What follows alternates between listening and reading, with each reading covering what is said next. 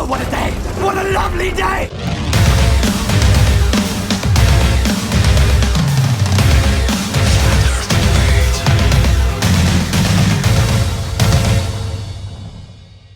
Welcome to Flat Earth Debate Uncut and After Show. I'm your host Nathan Oakley, and if you are new to this channel, or you've not done so already, then be sure to subscribe and hit the bell notification icon to keep up to date with the Flat Earth Debate. If you'd like to support the channel, then there is a super chat that runs alongside each of these shows while they premiere. There's also a PayPal, Patreon and crypto link in the info box below the video. Speaking of Patreon, I'm going to do a very quick shout out to all of you who do support me on Patreon. So a massive shout out to Abraham Mohammed, Adam, Adrian Quintana, Alistair Main, Billy Highvolt, Blue Ridge Ranger, Burn Fat Till My Stomach Is As Flat As The Earth, Chow Young Cat, Dank, Dave Rakia Gafford, David Brain Foster, Daz Studio 68, Edwin Johnson, Erwin Jennisons, Felix Hung, Fireball X, God Rockin, Henrik 86, Jaronism, Joshua Balsimo, Kirsten Smith, Liam Nedrick, Life is Short, Matt, Missouri Bear, Nagara, Nathan Thompson, Naibai, Guitar Craig, Renee, Rob H, Sally Ballis, Silver Umbrella, Skeptic 936, Texas Mike, The Real Gabster, Tina Baker, Tom Herkins, UK Diamond 33, and Windrider. So a massive shout out of appreciation to all of you for supporting me on Patreon. Now I'm going to do an extended shout out today. So we've got a couple of new members. Well, one has actually changed their membership status, but I'm going to give them a shout out anyway. So big shout outs to Reinhardt and Texas Mike, who are both Yodas. So there's actually several Yodas now. I'm quite surprised. The highest level of membership. So we've got theflatearthchannel.com, Texas Mike and Reinhardt all at that member. Get my tongue around it. All at that level of membership. So thank you very much indeed for supporting the Nathan Oakley 1980 channel. Also, a massive shout out to all of you who have supported my e-begging for an iPad campaign. So I've now reached my target, and once I've shouted out everybody who has supported this, I will explain my intentions in regards to actually getting hold of the iPad Pro that I'm intending to buy. So shout out to the most recent anonymous donor, along with Zami Casayas. Hopefully I'm not butchering your name. Anonymous, another anonymous donor, thank you very much indeed. David Robinson, thank you very much. David Anderson. Wolfie 6020 NASA Shill. That I think is actually Wolfie 6020 going by the comment he left. The Rumpus, thank you very much indeed. David Little, BLMS 69. So thank you very much indeed to Bo Laver. Thank you very much. Erwin Jennisons, another anonymous donor. Nick Sinan, thank you very much indeed. Eric, let's turn off my light so it's not shining in my eyes so I can read this out a bit better. There we go. Eric Haroldson. Brenda, thank you very much indeed. Wiggles, thank you very much indeed. Mr. Sensible, thank you very much indeed. Sean Hawkins, thank you very much indeed. Brian Longeran, thank you very much for supporting the GoFundMe. Rodney Chan, my wife, Paula Oakley, thank you very much. Another couple of anonymous donors. 3, I should say. Brenda M, thank you very much. Dale West Watson, thank you very much. Silver Umbrella, NASA is Fake. Simon Dan, Blue Marble Science, thank you all very much. Fight the Flat Earth, thank you very much. Playing a Walk, thank you very much indeed for supporting my GoFundMe. Scott Gammon, I'm going to say his name terribly. Hieno Savoy. Hope I've got your name right. If I haven't, please let me know. But thank you very much for all your support. Very kind gentleman got in touch with me about giving me a smaller iPad, which I said no, unfortunately I want the more powerful iPad Pro as I do a lot of editing on it, but thank you very much indeed for offering it. There was also another chap that offered me an iMac Pro, and I was like, well, I do actually run the show with a computer. That's far too good almost, and not portable. So there was a couple of people that literally offered me hardware. So thank you very much to all of you who are so kind and generous in both your support, as I'm shouting you out now, and those of you who contacted me directly. As I say, we'll get to what I'm actually going to purchase in a minute. That's the exciting bit. So, Colin Turner, Anonymous, NZ, thank you very much. Sally Ballis, Rob Hunston, Red Pill Philosophy, thank you very much. Another anonymous donor, thank you. Also, all of the people who are anonymous, thank you very much for supporting. Michael Naibai, thank you very much indeed. And then several anonymous donors, along with Burned Fat Till My Stomach Is As Flat As The Earth, and the biggest contributor of all, also my Yoda, thedailyplane.com. So thank you very much indeed to all of you for supporting this campaign. So I may as well explain precisely what I intend to do. So the amount that I put down, £1,400, was based on a direct equivalent being replaced, or replacing the one I currently have. So I just looked up the exact spec of what was out currently from Apple, and I think it was £1,330, and then £1,400 to buy a case and any other accessories that would be needed just to keep the thing in good condition. So that was why I set the price at that amount, based on the replacement of the one that's knackered. However, since the campaign has gone ahead, there has been rumblings in the Mac rumours forums and all those sorts of things, which I've been looking into since realising that I would actually achieve the goal. And it seems in the next couple of weeks they're going to have an Apple announcement, which apparently is always scheduled for about the same sort of time in March, and they will announce from their 16-month turnarounds with these particular products the latest iMac Pro, which is precisely what I want to buy. Now, from what I understand, it'll have a much better camera, which is absolutely ideal. So it'll save me upgrading my phone to get a better camera out of that, which is also a bit tired. But the iMac will hopefully provide that, along with a more powerful processor and all the other things they give you when they upgrade a piece of equipment. So that's precisely what I'll be doing. The reason I'm telling you all this, rather than just ordering the thing in 2 or 3 weeks' time, is because I'll shut down the GoFundMe when they make the announcement for the iPad. It may very well be more expensive. Not that I'm suggesting anybody gives me any more money. If it is, fine, that'll be on my bad. But what I will be doing is, once they actually make the announcement of the new iPad Pro, I'll do a show with you guys. So contributors or otherwise, either way, I'll talk to the chat and actually go through it once the facility is available. It's normally a couple of weeks after that they actually let you pre-order these things and spec up whatever it is you want. So I'm going to throw it out to the people who supported me, and indeed the audience, as I go through that process. So I'll go through the actual ordering process with you guys. You can pick various different specs, so colour, or what sort of either Wi-Fi or 3G connectivity. Maybe you'll want to give me it to be portable, which my current one isn't, or the memory, various other different things that you can spec on an iPad. I'll do with you, the audience. So a massive shout out once again to everybody who has supported this GoFundMe campaign. I'm absolutely overwhelmed how quickly I achieved the target I wanted to achieve, and it will absolutely, now that there's a new one coming out, be a even longer lasting, hopefully, piece of equipment, on account of the fact they tend to cobble these things as they get older. So the newer you can get one, the better, which I'm very pleased about. So as I say, I'll keep you updated about the actual ordering process, and I will involve you, the audience, and the contributors to the campaign in that exact process, so you can see exactly what I order, and indeed have some sort of decision-making ability in that process when I'm speccing out the thing that I'm actually going to order. So that's pretty much going to be it in terms of talking about e-begging for an iPad, other than the actual ordering, which I'll do as soon as they make the announcement, and pre-orders are available to make online, so I can share that with you. In the meantime, before the live show goes ahead, we are actually joined by a few people, hopefully in both Discord and G+, so I'll raise the mic on them and you can enjoy their dulcet tones while I set up for the first live show of the day. It doesn't matter. You can't show it if it's got copyright. So it was good for while it lasted. What's that? Is that Truth in Your Faces videos? Re-released it without copyrighted material. Yeah, but you've mirrored it. Are you not going to get the same copyright strike? I already got it. I spoke to my wife about it. I was like, I've already got a copyright strike now. I was like, fuck it. I'll just release it.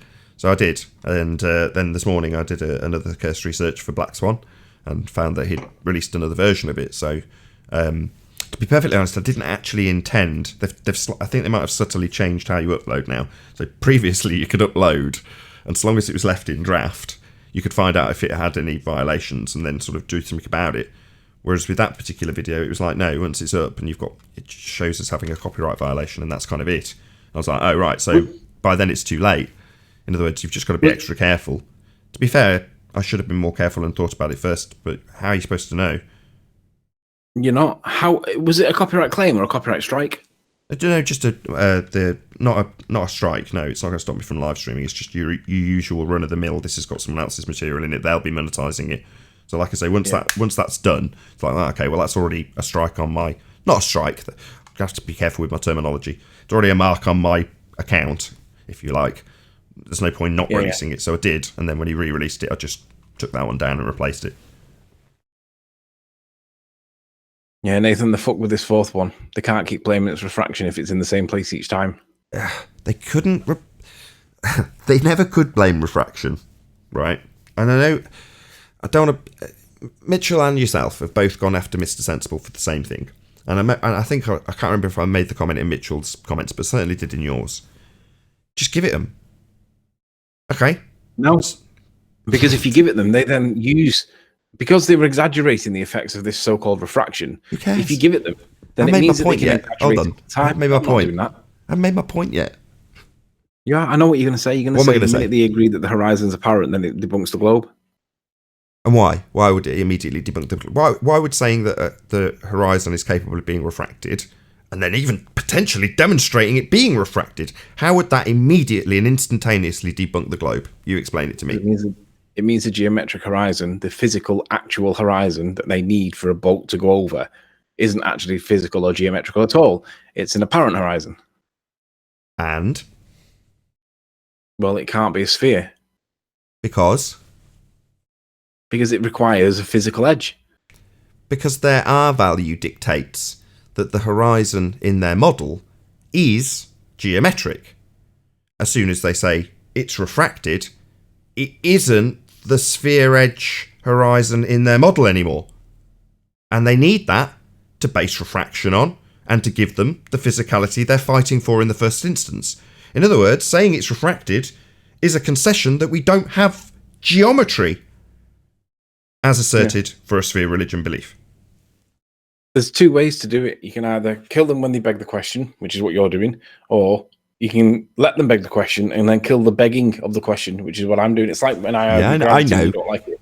You like to torture them, I realise. And you're right, Yeah. and there's nothing wrong with the way you're doing it. In fact, Quantum Eraser's similar, but not the same version of yours, is to take them on I won't demean it by calling it a merry dance, but taking them down the path of explaining how they are incorrect when they assert refraction on account of the fact that their horizon is described and defined as being geometric.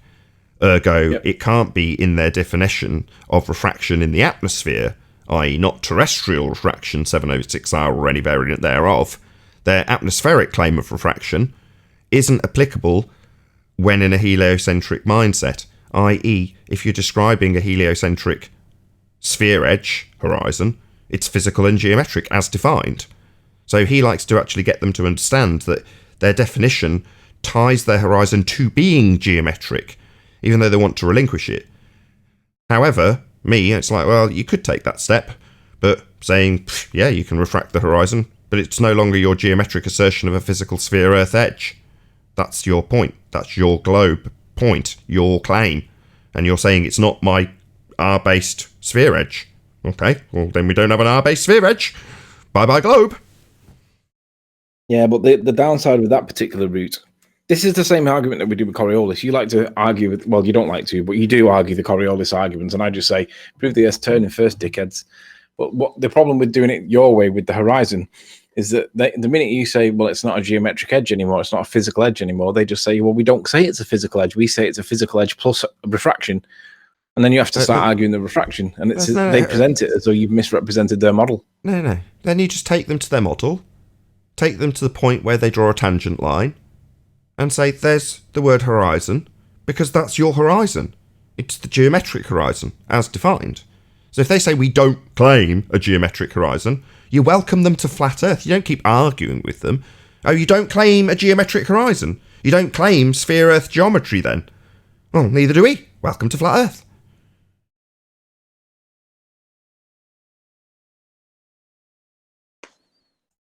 When they say they don't claim sphere Earth geometry or don't need to, that's the basis of their religion. Sphere Earth geometry is their religion.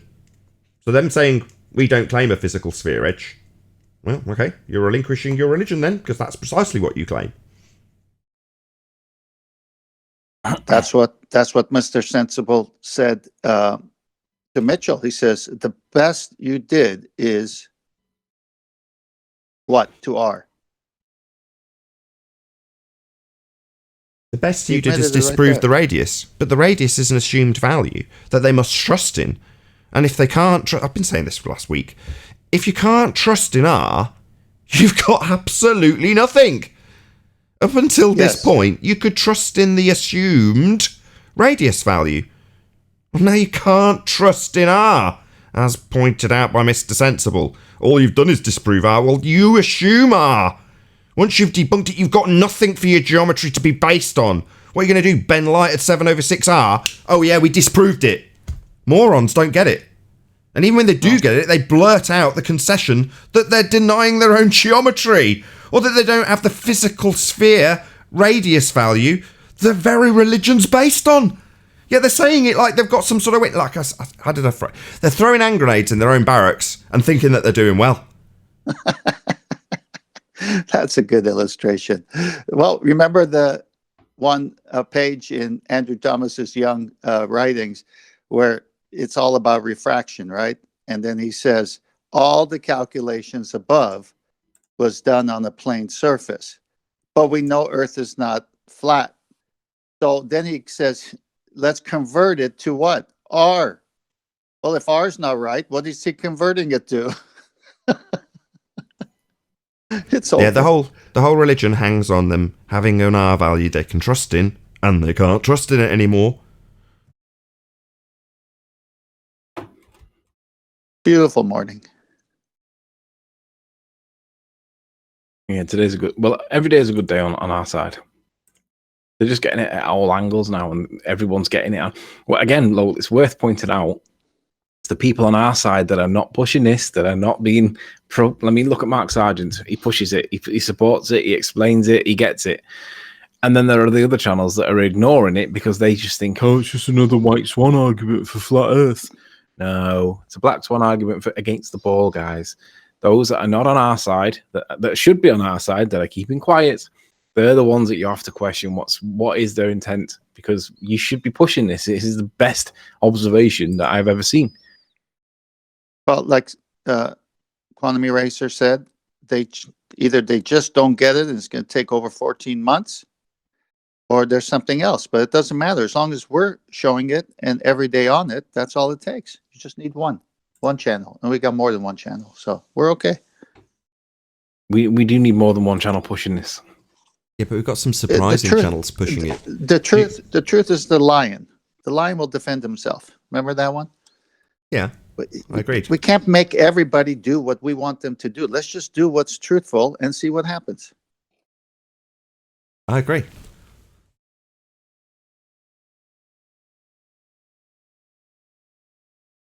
I mean, this news one from BLMSB 69 would, because I even remember saying, go out there just before sunrise and just before sunset on a calm day and see what you can get. And this new one is just at sunrise. The water is so calm, and he's got habitat over 10.10 miles out, and it's even better than the first black swan he did. It's beautiful. The other thing that is it fires? Are they burning off the oil vapors that they want to get rid of? Is that what the flickering lights are? Fires?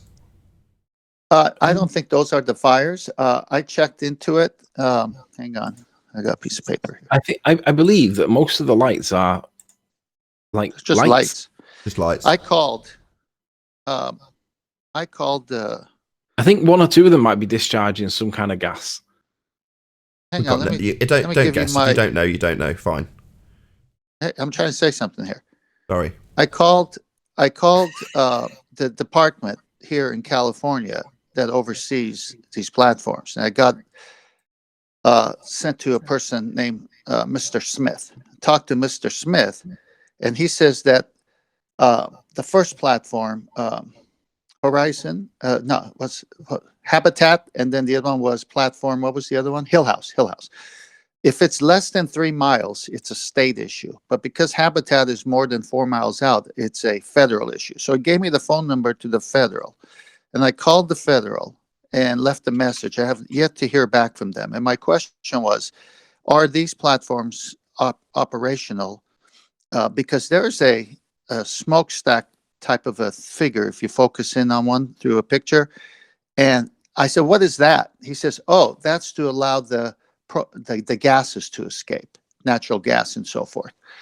So I believe, just based on visual, that the lights are the lights, but they do have this almost center-mounted smokestack that will release natural gas when they have to do some work, so there's no pressure building up on the pipes. Again, I have yet to hear from the federal. I'll call again today. I just wanted to see if it was operational. habitat because it was more than 3 miles out. That's it. Why does it matter if it's operational or not? Well, because if they're releasing the natural gas through that almost center-mounted smokestack, then a picture from shore is going to be somehow refracted, or that gas that could have been the reason for the bendy crane, possibly. It doesn't matter whether it's a bendy crane or not, but the whole point is that platform operational, and as they release gas, does that muddy up the air at that level?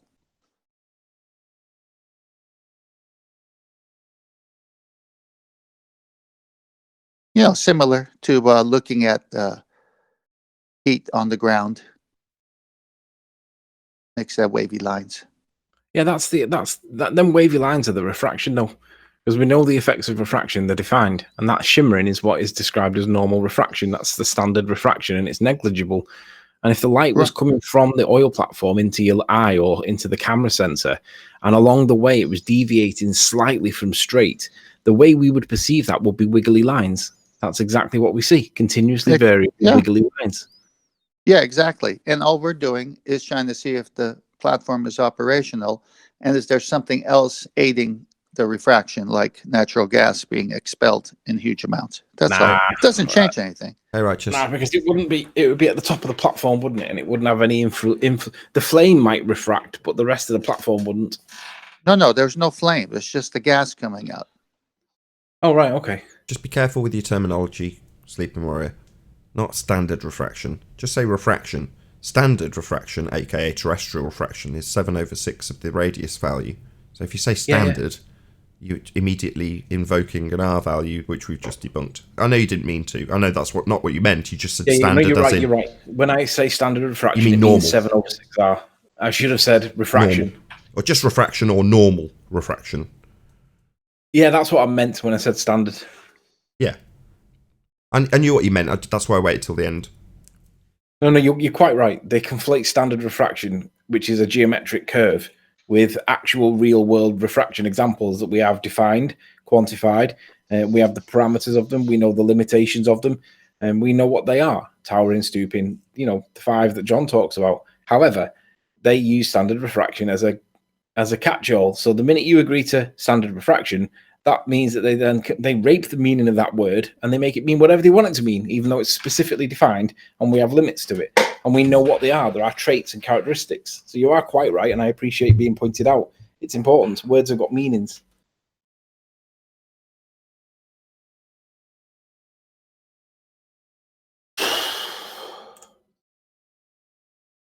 Yeah. No R. It doesn't matter. There's no R. It doesn't matter. Hey, I tell you what, 10th, on a totally different topic, I've got, you saw my video with Mickey recently about how I fixed his idiopathic pulmonary fibrosis, right? Yes. You should read the pinned comment on that video. It's a guy called Nathan Oakley, and I believe it's one of the common known trolls. I'll not mention his name while we're live. I'll tell you offline because I don't want to encourage it. But basically, he's denying all the evidence that's presented in the video, from the dog like wheezing and whistling whilst he was breathing, to the vet recording what she was saying, saying, "Oh yes, he's much better. There's hardly anything there at all." He's denying all that, and he's just saying that I'm being subjective because I want to believe that my dog is cured. And he's completely dismissing all the evidence to the point where he just outright rejects what the vet's saying because he wants me to be wrong. And the back and forth is really good.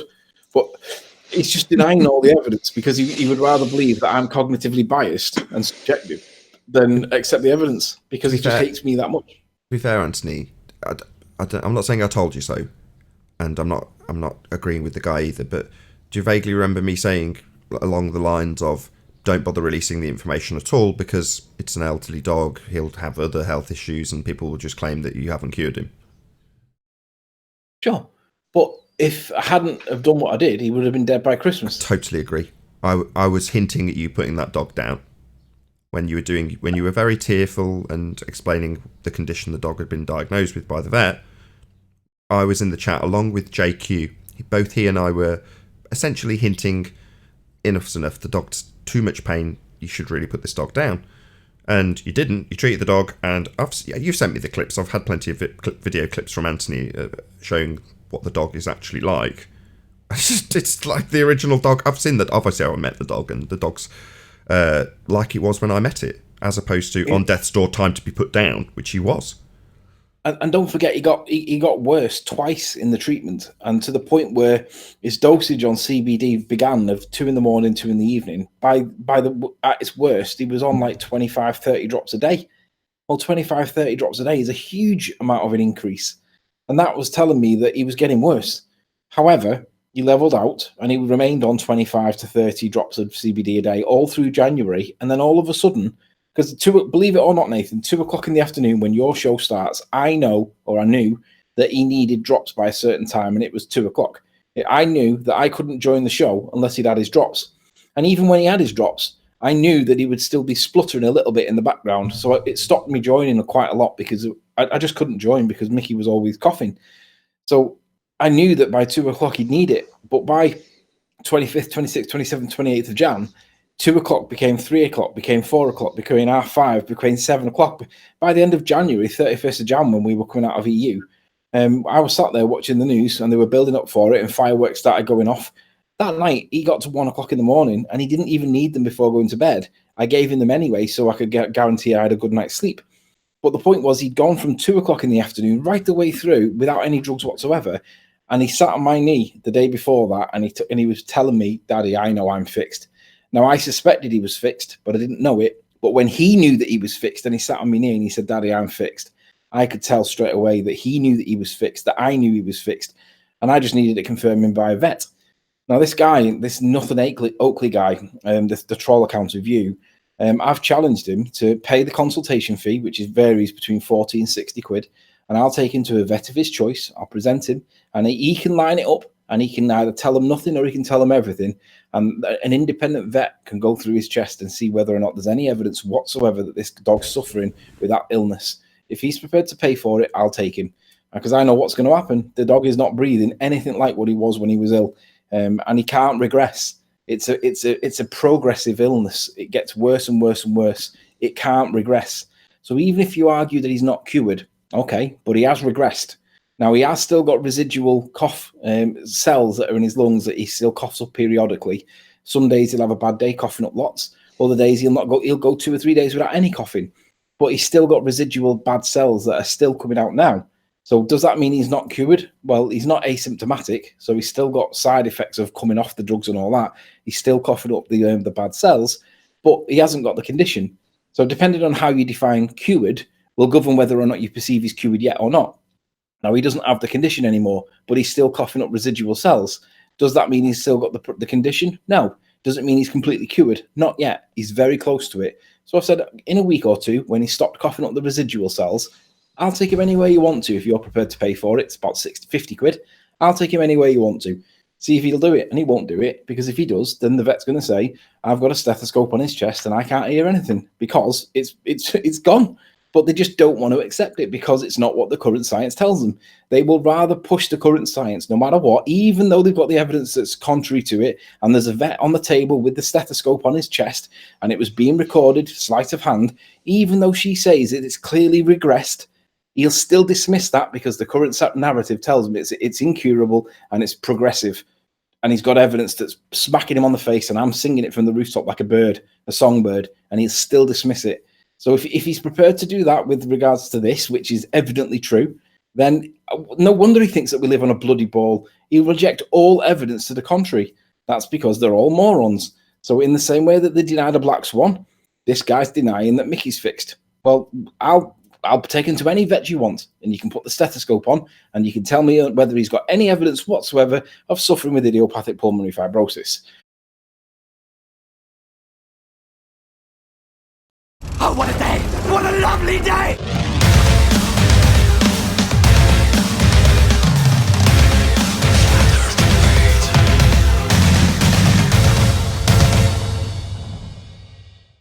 Welcome to Flat Earth Debate Live. I'm your host Nathan Oakley, and if you are new to this channel, or you've not done so already, how dare you, then be sure to subscribe, Hit the bell notification icon and join button if you'd like to become a Nathan Oakley 1980 channel member and keep up to date with the Flat Earth debate. If you'd like to support the channel, there is a super chat that runs alongside each of these shows while they are live. There's also a PayPal, Patreon and crypto link in the info box below the video. Most importantly, if you'd like to join the discussion right here, right now, simply mute the page you are currently watching, then click the link in the info box below this video to join the panel and express your views on the nature of Earth. If you do join, please don't swear. If you do, you'll be ejected, and if you are, please don't try to rejoin the stream using sock accounts. You'll be warmly welcome back on the next stream. Please also share the show on social media.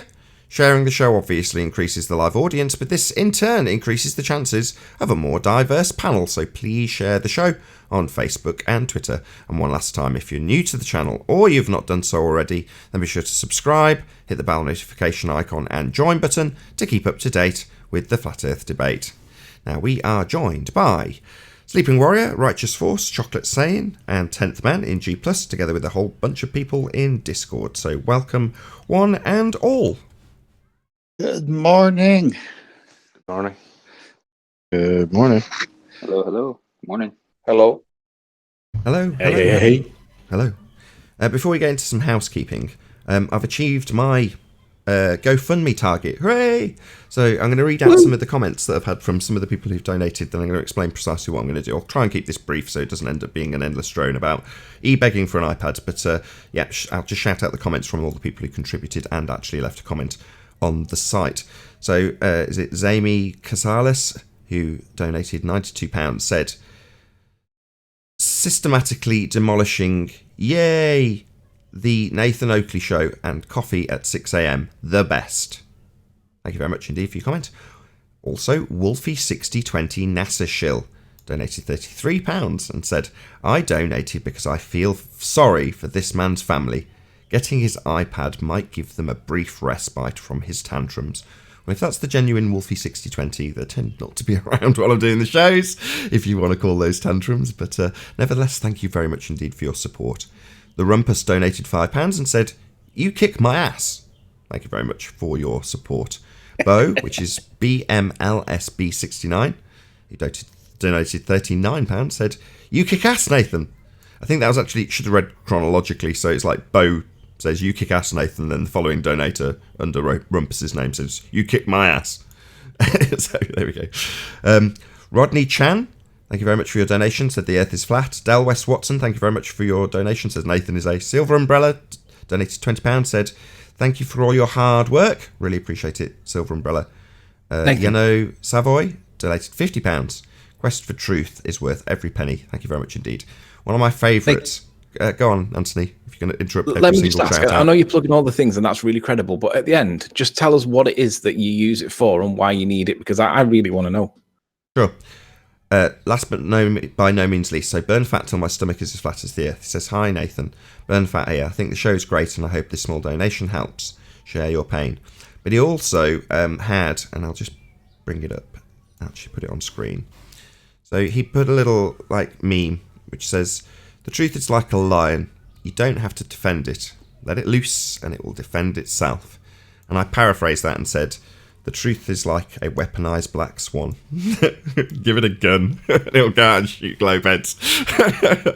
Anyway, so thank you very much to all of you for supporting. So you want to know what I'm using the iPad for? Basically, absolutely everything. So while these shows are running live, I monitor the live show. So I've got a separate, completely separate from the computer, audio feed that I can actually check how everything's functioning, monitor the live chat, things like that. Same goes for the premiering show. So I tend to be, well, I'm always in the live chat, monitoring it, and I do that on the iPad. Every edited video I make, full stop, is made on the iPad. All of my management of email and all the general administration that any YouTuber would be done, I do with the iPad. So essentially 90% of the work I do in relation to the channel is done on the iPad, which is why the old one's knackered. So it's onto its second screen, it's had work done on the digitizer, it's been re-glued back together several times. It's just not working correctly and it's driving me nuts as it flicks between various applications I'm using while I'm in the middle of using them and various other irritating things. Half the side of the digitizer doesn't work on the one I've got now. But as I said in the pre-show, when I spec'd out how much a replacement, a direct replacement, would cost. That's what I came up with in terms of 1,400 quid. It's 1,330 quid for a direct replacement. But that brings me nicely onto what I'm going to do. So, although I'm repeating myself for those watching on the second channel, Nathan Oakley, subscribe today, link below. What I'm going to do is I'm going to actually spec it out with the audience. So I'm going to run a stream where I have the pre-order screen there, so you can see precisely what the specs are and what I'm going to order, and I'll ask the audience what specs they want, and I'll say, what colour should I order, and take a straw poll for whatever they say I should order. My wife was like, they'll order a pink one, and I'm like, yeah, if that's what they want, then that's what I'll order. Fine, if that's what the contributors want me to have, I'll have a pink iPad, no problem, if that's what they want. But the point is that I'll actually go through the specs, and you can see on screen what I'm actually ordering, and then I'll order it. Fortunately, they're about to release a brand new generation, which will hopefully increase the longevity. They tend to cobble these things by generation, so I'd rather have one that was absolutely brand spanking new, and they're going to announce that in the next couple of weeks, at which point, when they do announce it, I'll shut down the GoFundMe campaign, and then a couple of weeks after that, they'll open a pre-order screen, whatever that is, on the Apple site. I don't really know, I've never used it, but like I say, I'll go through that with the actual audience, and you can see me ordering it, and then when it comes, I'll do an unboxing video. To be honest, there's another perspective that you may not have considered with this, and I'm going to just say like a massive thank you to everybody too, because previously in the past, when anybody does a GoFundMe, I always feel obligated to contribute in some way. Now, as it happens, I had my eye on something on eBay, and I wanted to buy something, so I just didn't want to contribute because I wanted to buy something for myself this time. And in the past, I've had problems with donating too much for different people doing different GoFundMes, this, that, and the other.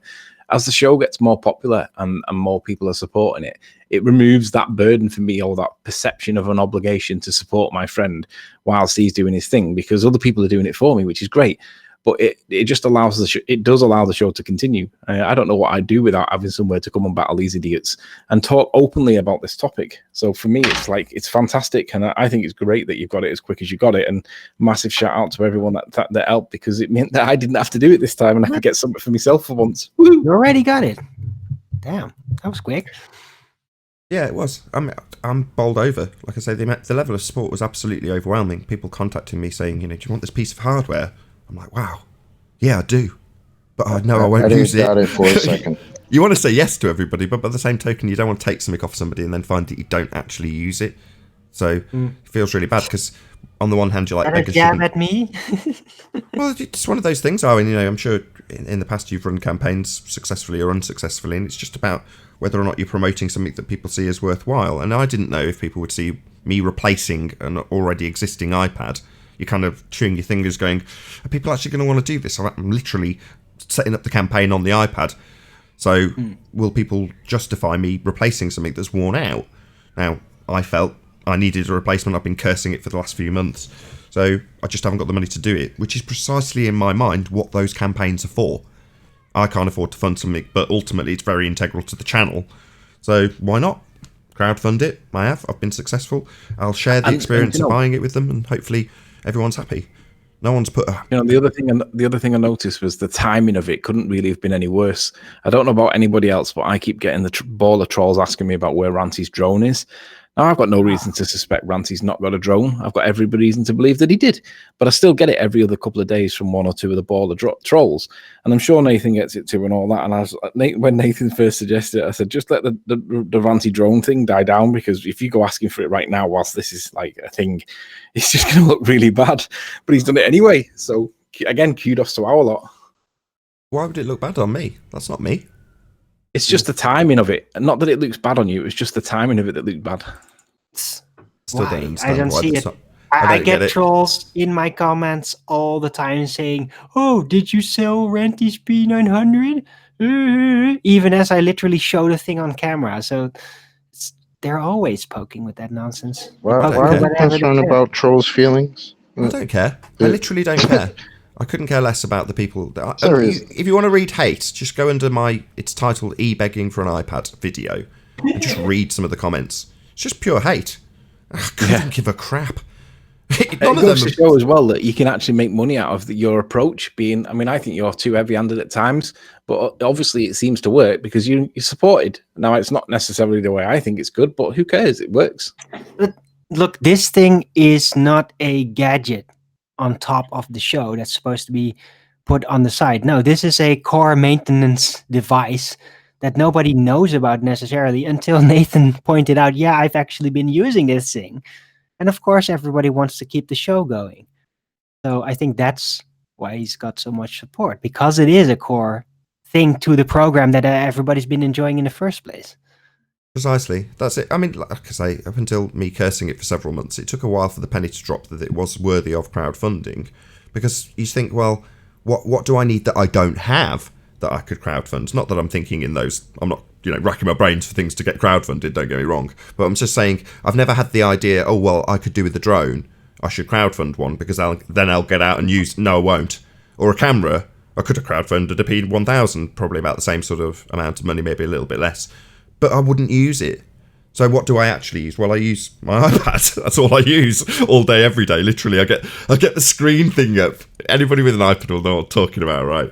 And it says how long you've been using it per hour, how many hours of the day you've spent in front of this screen, and it tells you on a weekly report how many hours. And yesterday it came up. It's like, your time in front of this screen has increased to 14 hours a day. I'm like, fucking hell. I just slave to this iPad. It's no wonder it's worn out. Do you do a bit of housekeeping? Yes. Oh, go on then. Let's do it. Any signs of a physical geometric Earth curve edge called the horizon in their model?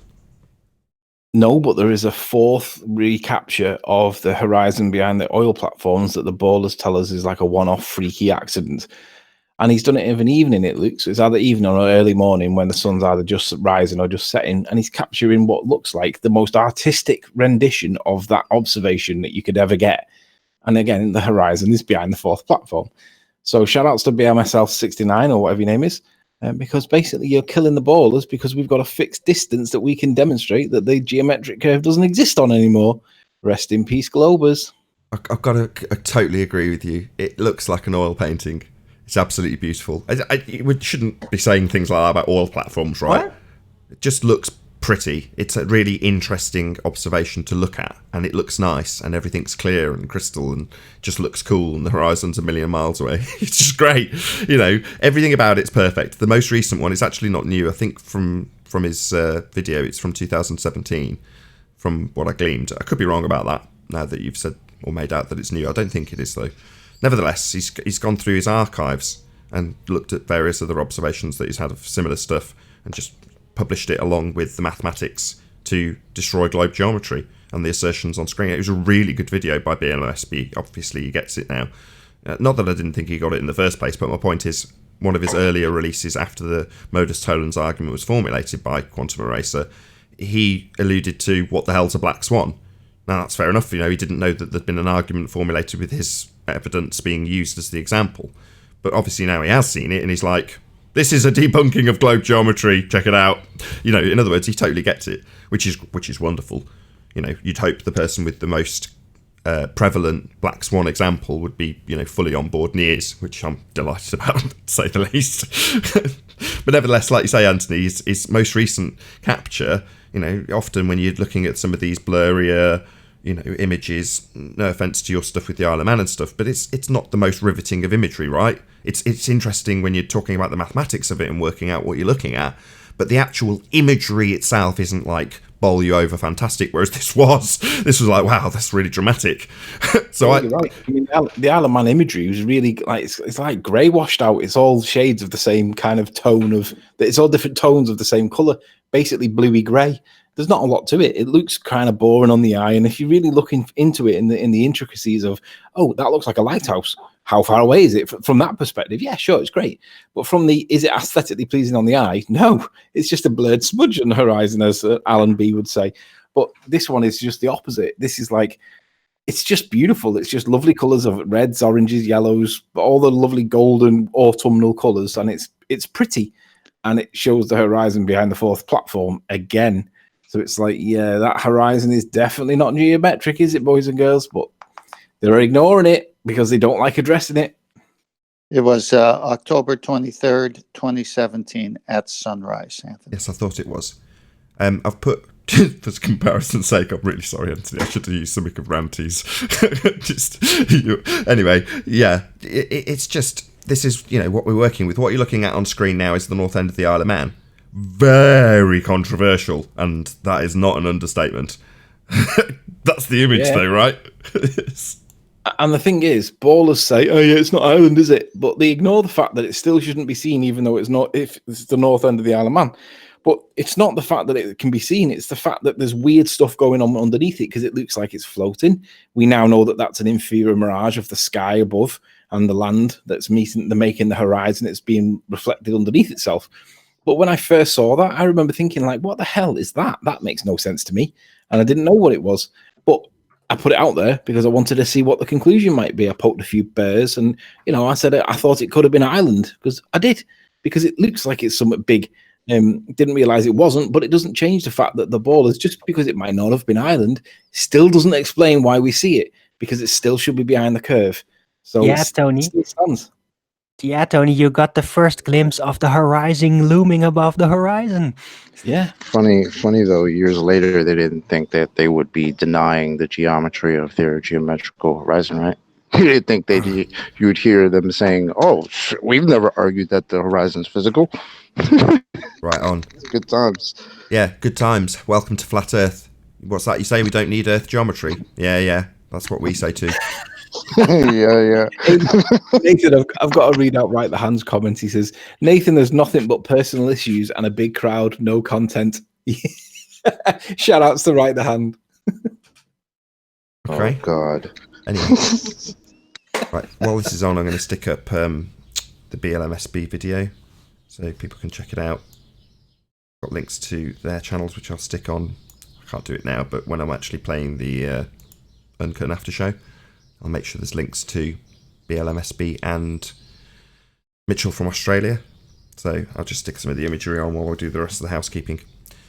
Any signs at all of any Earth curvature? Not from Incline Village. No, just a bit of refraction. No curvature. Not But you from can Incline imagine Village. Don't be shy, people in that's the Discord. north end of Lake Tahoe on Nevada side. Any Yeah, signs so of there's no curvature from Decline Village either. any signs of axial rotation? No, just a bit of refraction. Any signs of an axis?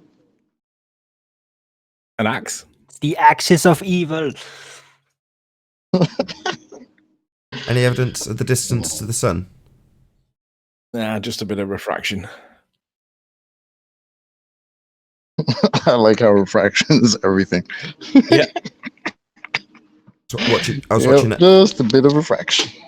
I was watching Arwen's show, right? I actually went on it, and just before I went on, Arwen's talking about the weather. He opens his show fairly similarly each time, and he literally is like, "The sun's just over there." I'm like, when he comes on the show and says "just over there," he actually means that, because he points it out to his audience.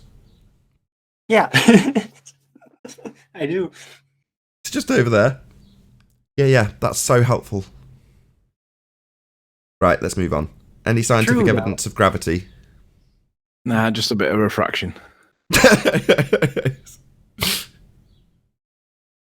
Any single viable hypothesis from any of the fields of astronomy, cosmology, or astrophysics? Nope, just a bit of refraction. Is this going to be the answer to everything? Yeah, they just all use the astrophysics, word. you say? And then celestial refraction. So any update on the new super galaxy that just exploded?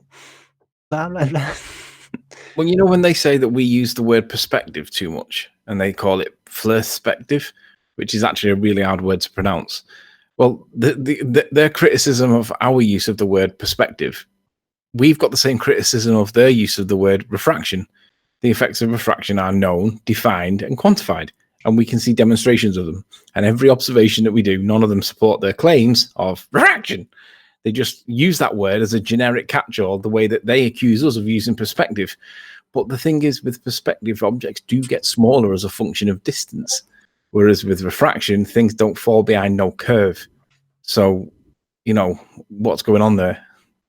The use of language is what's going to kill this ball. Semantical arguments are going to kill it. Words have got meanings, and well, the best part of that refraction, though, man. The best part, though, is how the refraction does two things at the same time. It will completely compress the oil rig that it looks like it's damn near drowning into the ocean, but at the same time, it gives you clear visibility so you can see the horizon past it. See, the thing Isn't is that refraction beautiful? That compression's got a name, right? It's called stooping, and it's defined. We know what it is, but they still call it refraction. They should be calling it stooping, but we call it compression because that's what it looks like to us. But on their model, or at least in refraction, in actual science, not on their model, but in science, that compression's got a name. It's called stooping. So every time we see things looking squashed and they say, where's the bottom of the platforms? And it's not that the bottoms are missing, it's just that they're being squashed. That squashing is called stooping, and it has a name, but it's not. They just use the word refraction to catch all. Yeah, but you got to imagine that to the ballers, all refraction basically is always looming to them because it's always has to be looming, that is, over their imaginary geometrical curve in order to be there. So everything is looming. They don't even care about the actual visuals of what's going on there because they just need to imagine that it's all looming. But it's not only that. They conflate the use of the word looming to any refractive effects whatsoever. So if they see something that we would say, hey, that's towering because it's being stretched, and we've all seen it. We've all seen boats looking taller than what they should be. They'll go, oh, see, look, refraction. And it is technically refraction, but in their head, they hear bending round a curve. But in real world, we're seeing stretched, right? But they've got this word association with refraction to be bending round a curve. That's literally what they think when they hear that word. And that's why I call it fractal looming. Well, they got a problem because that curve is represented as R, and that R, which is their curve, is not there. So there's no looming over something that's not there. Any evidence of the R value, Earth radius? Are you kidding? Boom, boom. Right, just play out the last little bit of this video. Can you pop yourselves on mute? 6 over 7. Or don't. Radius of 3959 miles, then Q, every single geometric horizon distance can be no more than 1.22 miles times the square root of the observer height in feet. Agreed. Yep. And so the black swan image that we have shows a horizon far in the distance past 1.22 miles. This is at 1 foot. Even if you say it's 5 feet, the geometric horizon should be 2.77 miles. And so not Q, we do not have a geometric horizon at that distance. So not P, the Earth is not a globe with 3959 miles. Okay, so unless you assert that the globe has a bigger radius. Exactly, that's what I was going to say. At best, what you have done, if that was all correct, at best, you would have disproved the radius of the Earth. Oops. Sorry, the volume was a bit quiet on that. I'm not entirely sure why. I like how he says that, like, real flippantly. Like, so at best, you would have disproven the radius. Hello? That's the whole point, okay? Are you kidding? I never claim the radius. Come on. What the hell? At best, you've disproved the radius. Well, yeah, thanks. Welcome to Flat Earth, brother. They just have Bears to don't have downplay radiuses. chocolate. What is this? They just have to downplay chocolate because they know they're dead. Right, nice new icon. Afternoon, guys. Good to have Hey, you. Adam. I was just going to say, surely if you disprove R, then doesn't that disprove the size of the sun, the size of Venus? Because they're all based on R. The transits all come from R, don't they? Every bit. That's why I say, well, how does he say it so like, oh, that's all right. At the best you've done is disprove the radius. Yeah. Can I answer that? Kidding me, Can I bro? answer that? Because cognitively, most people have got at least a minor degree of, or a minor ability to think with logic. And that is an expression of him saying, at best, because he understood the logic, he nodded along, yes, yes, I agree, 39.59, yes, yes, yes, physical horizon, distance 2, yes, yes, yes. He agrees and agrees and agrees, and therefore he can only make the logical extrapolation that the logic dictates. Therefore, not a radius 39.59 sphere. And he says, well, at best you've debunked the radius. The one thing that is literally supposed to be set in stone, a stone-shaped sphere with a radius of 39.59 dictating the geometry that's been debunked. So everything falls apart once you lose that presupposed R value. No longer can you trust in R. No longer do the prayers, radius, dominus, gravitas, spiritus, sanctus. Yeah, none of that applies anymore. Because you can't trust in the R value. That is a presupposition that all the maths is based on, for you to extrapolate out all the rest of the bullshit that you claim.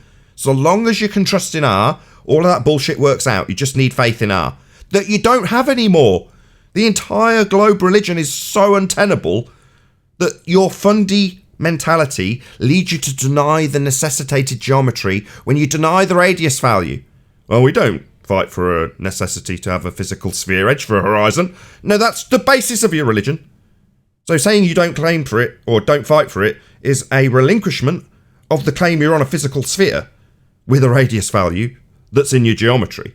They just don't realise how stupid they are when they literally give us these sound bites that we can trim out and go, there you go, you're saying the best we can do is debunk your very basis of your religion. That's not the best case scenario.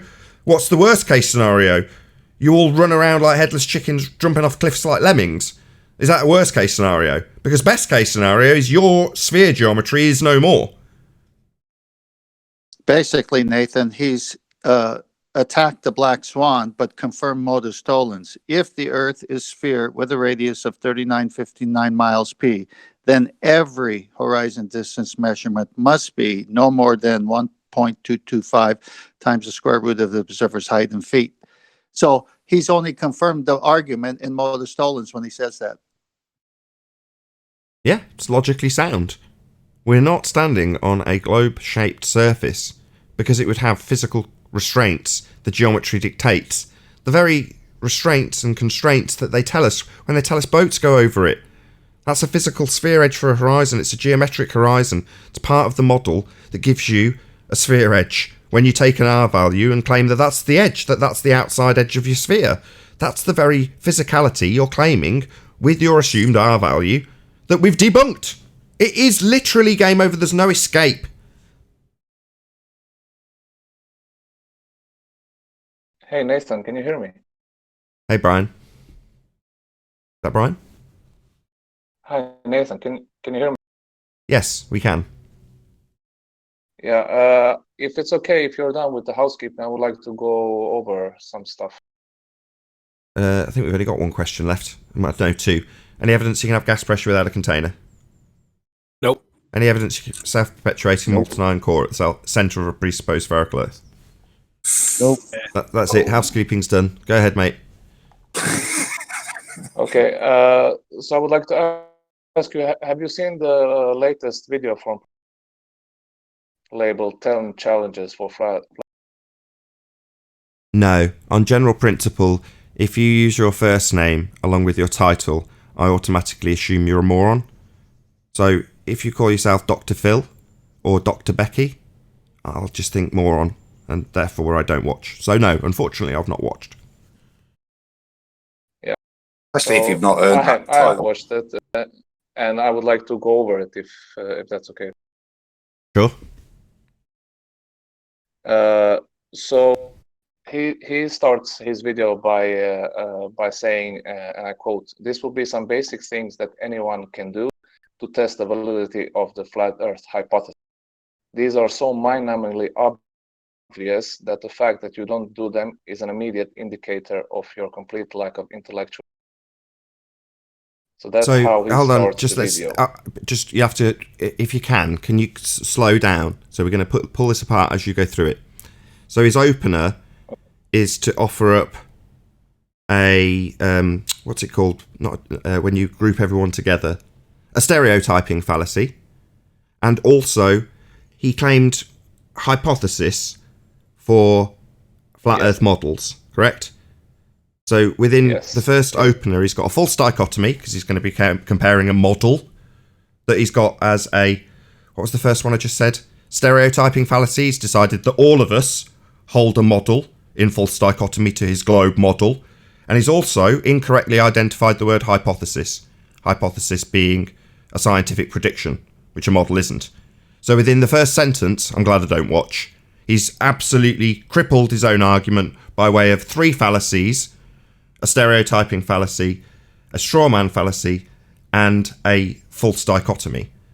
So he's got 3 fallacies, and he doesn't know what science is because he's declared that this model we are holding up has got a hypothesis, a scientific prediction attached. Cause and effect reasoning based on phenomena. No, it's not. He doesn't know what a hypothesis is, and he's got nothing but 3 fallacies in his opening gambit. Feel free to continue. Yeah, I agree with just everything you said. Real quick, I'm sorry, I didn't catch who are we talking about? Whose video is this? Professor Day. Ah, okay, that clown. All right, proceed. He's the guy that he has a video called video says Challenges for Flat Earth. Okay, hold on one second. Go ahead, Adam. Just a quickie, mate. He's the guy.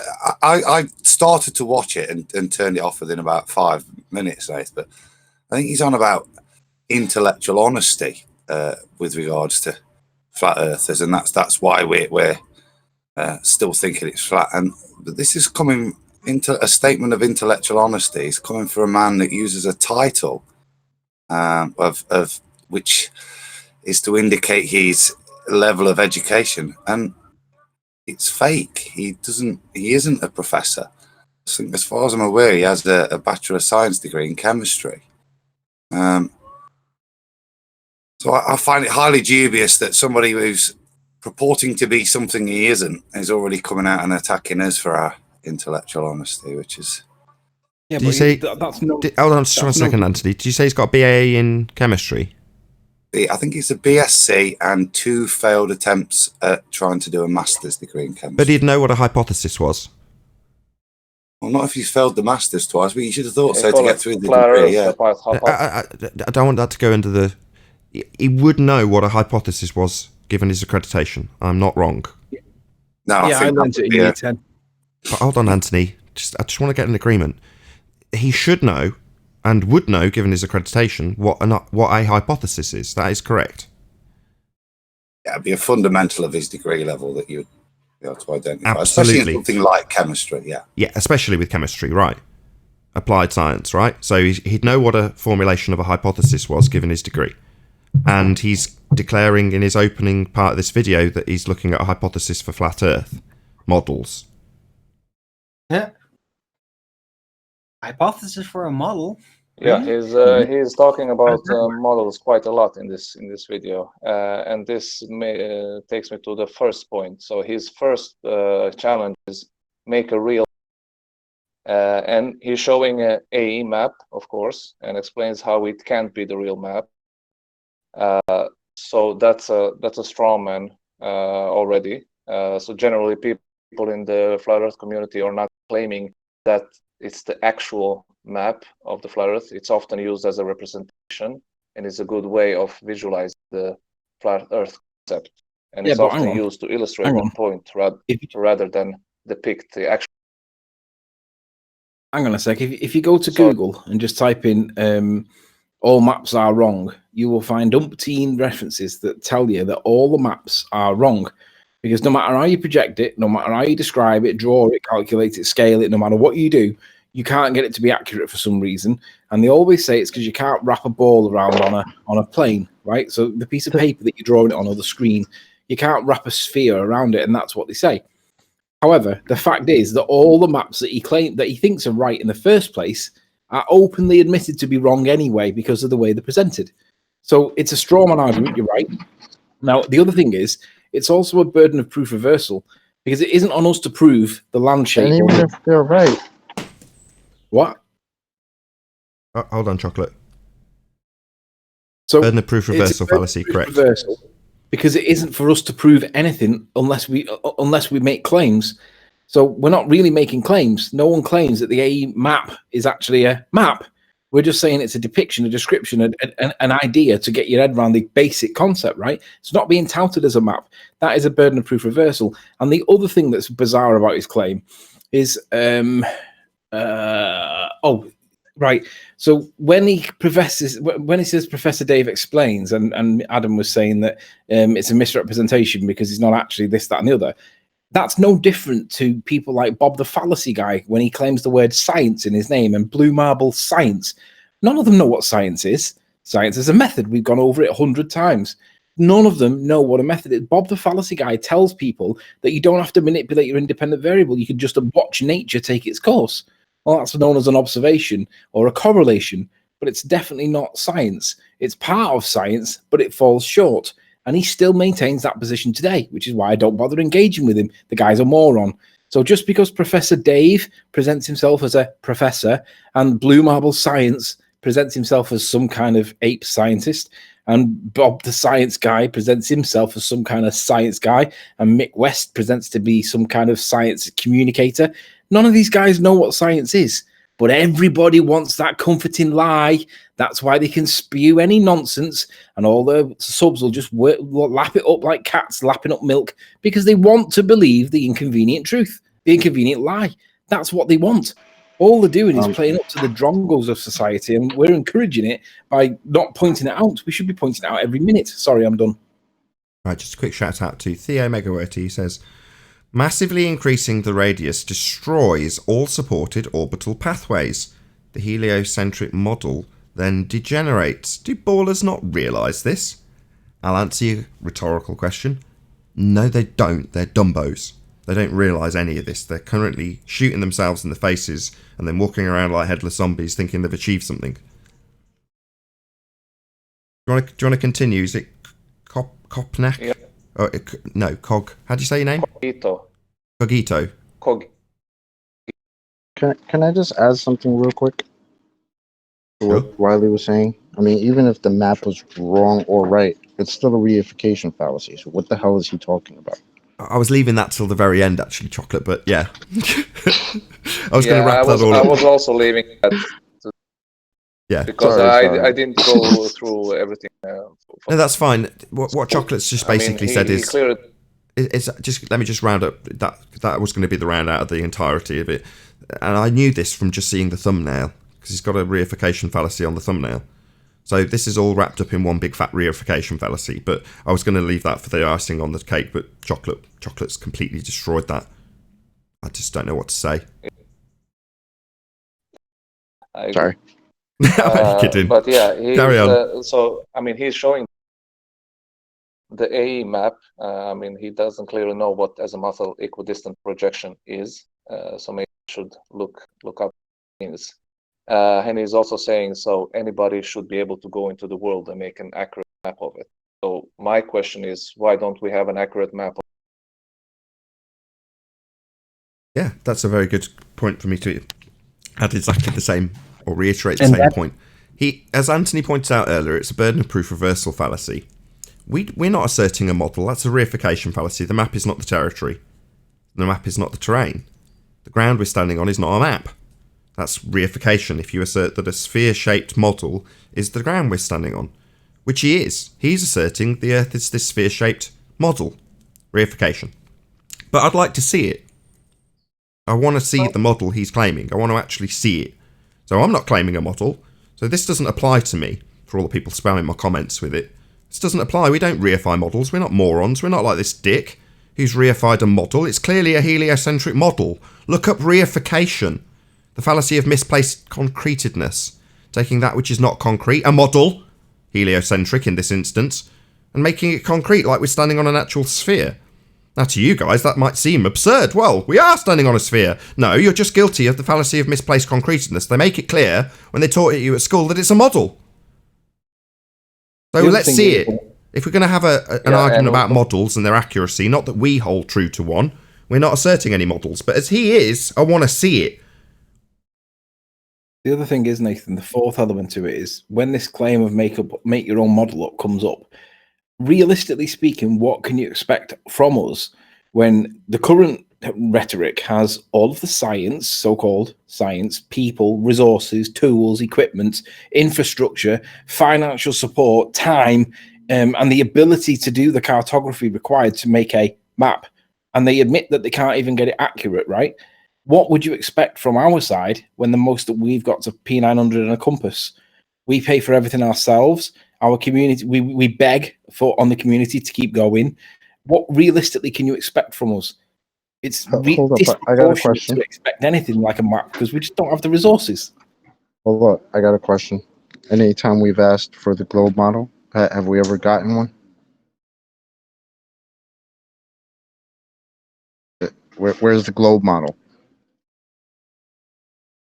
Oh, okay. Yeah, and ironically, he's showing a 2D flat map of the US, and then uses that to show how the map works with navigation, just a straight, and that somehow refutes the aim.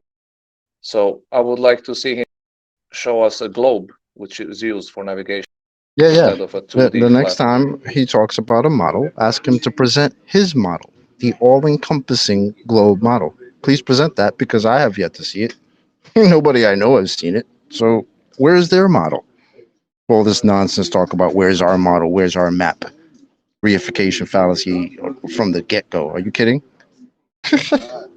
Right. Did you have any more notes? I don't get. Hold on, just one second. Yeah, I don't get why people are. Okay. No, I'm asking you to continue. If you have got more notes on this Professor Dave dude. Yeah, I have. So I mean, so he's. I mean, he's talking about model quite a lot.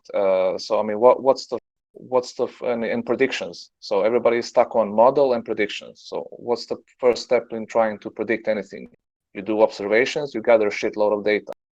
I mean, you can use that to predict an event regardless of any visual model attached to it. I mean, you can say what time the sunrise will happen tomorrow, and it doesn't require any model. It requires historic data. I mean, you can also construct any map and just assign data points to locations which are correct according to observation. And then you can just say, oh, there are infinite number of suns teleporting everywhere, and that's why all the data is correct. So making up a just so story that go along with the data doesn't make it true. Good point. So his opening point is make a real map. Yeah. When he doesn't have a real map, we don't assert that we need to reify any of these maps or models into existence. All of the models are based on Slit. Oh, my bad, Darwin. Sorry.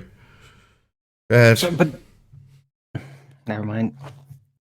No, go ahead. Okay. Yeah. Look, what is a map? I'm pretty sure that all maps ever of this realm are all projections. And that projection is based on a certain coordinate system that correlates with the globe of the heaven positions. But that does not actually reveal the actual geometrical, literal physical orientation of it all. So all of these maps are projections. I've never seen a map that was basically literal in a way that we could even approach it like a model. I haven't come across it. So all maps are projections. They're never going to be literal. As far as I've seen. Anyway, I'm done. Yeah. So then we can move on to the next point. So his second point is explain amounts of night and day. And again, he shows the map and he shows a depiction of sun and the moon and says cannot be the real map. And the Antarctic cannot have the amount of sunlight or daylight that it has. So again, he's strawmanning using the A map to show how. Tell them 2015 called and wants their arguments back. That nonsense. Yeah, you're spot on. Definitely. Okay, so does that mean I can just skip past number 2 then? Because it's just essentially the same. He's just holding up a straw man in false dichotomy in the form of this reified model he has us tied to with a stereotyping fallacy. So to make this example, he's got 4 fallacies so far. 5 if you include reification itself. Yes, and we can move on to the third point. So he says, make any prediction whatsoever. And then he says, pick a date and time, and then predict an event using only the flat Earth map. And of course, he's showing the A map.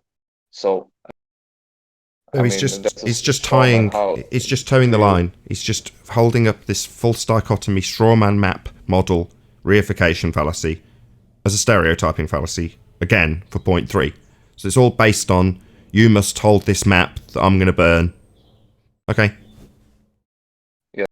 Yes, and then he says we can predict eclipse, thus proving the Earth is round and is between the Sun.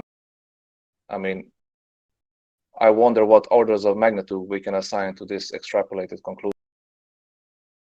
I mean, the people have predicted eclipses long before the model.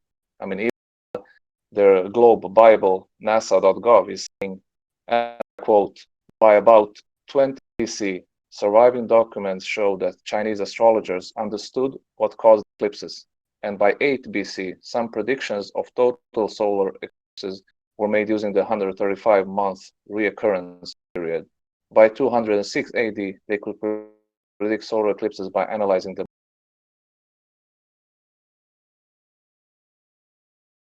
So you don't need a globe model to predict. That's basically. Okay, I'll just read out this. It's on my big screen, so it's going to be difficult to read out. Reification fallacy. Reification, also known as concretism, hypothesization, or the fallacy of misplaced concretedness, is a fallacy of ambiguity when an abstraction, abstract belief, or hypothetical construct is treated as if it were a concrete, real event or physical entity. In other words, it is the error of treating something that is not concrete, such as an idea, as a concrete thing. A common case of reification is the confusion of a model with reality. The map is not the terrain.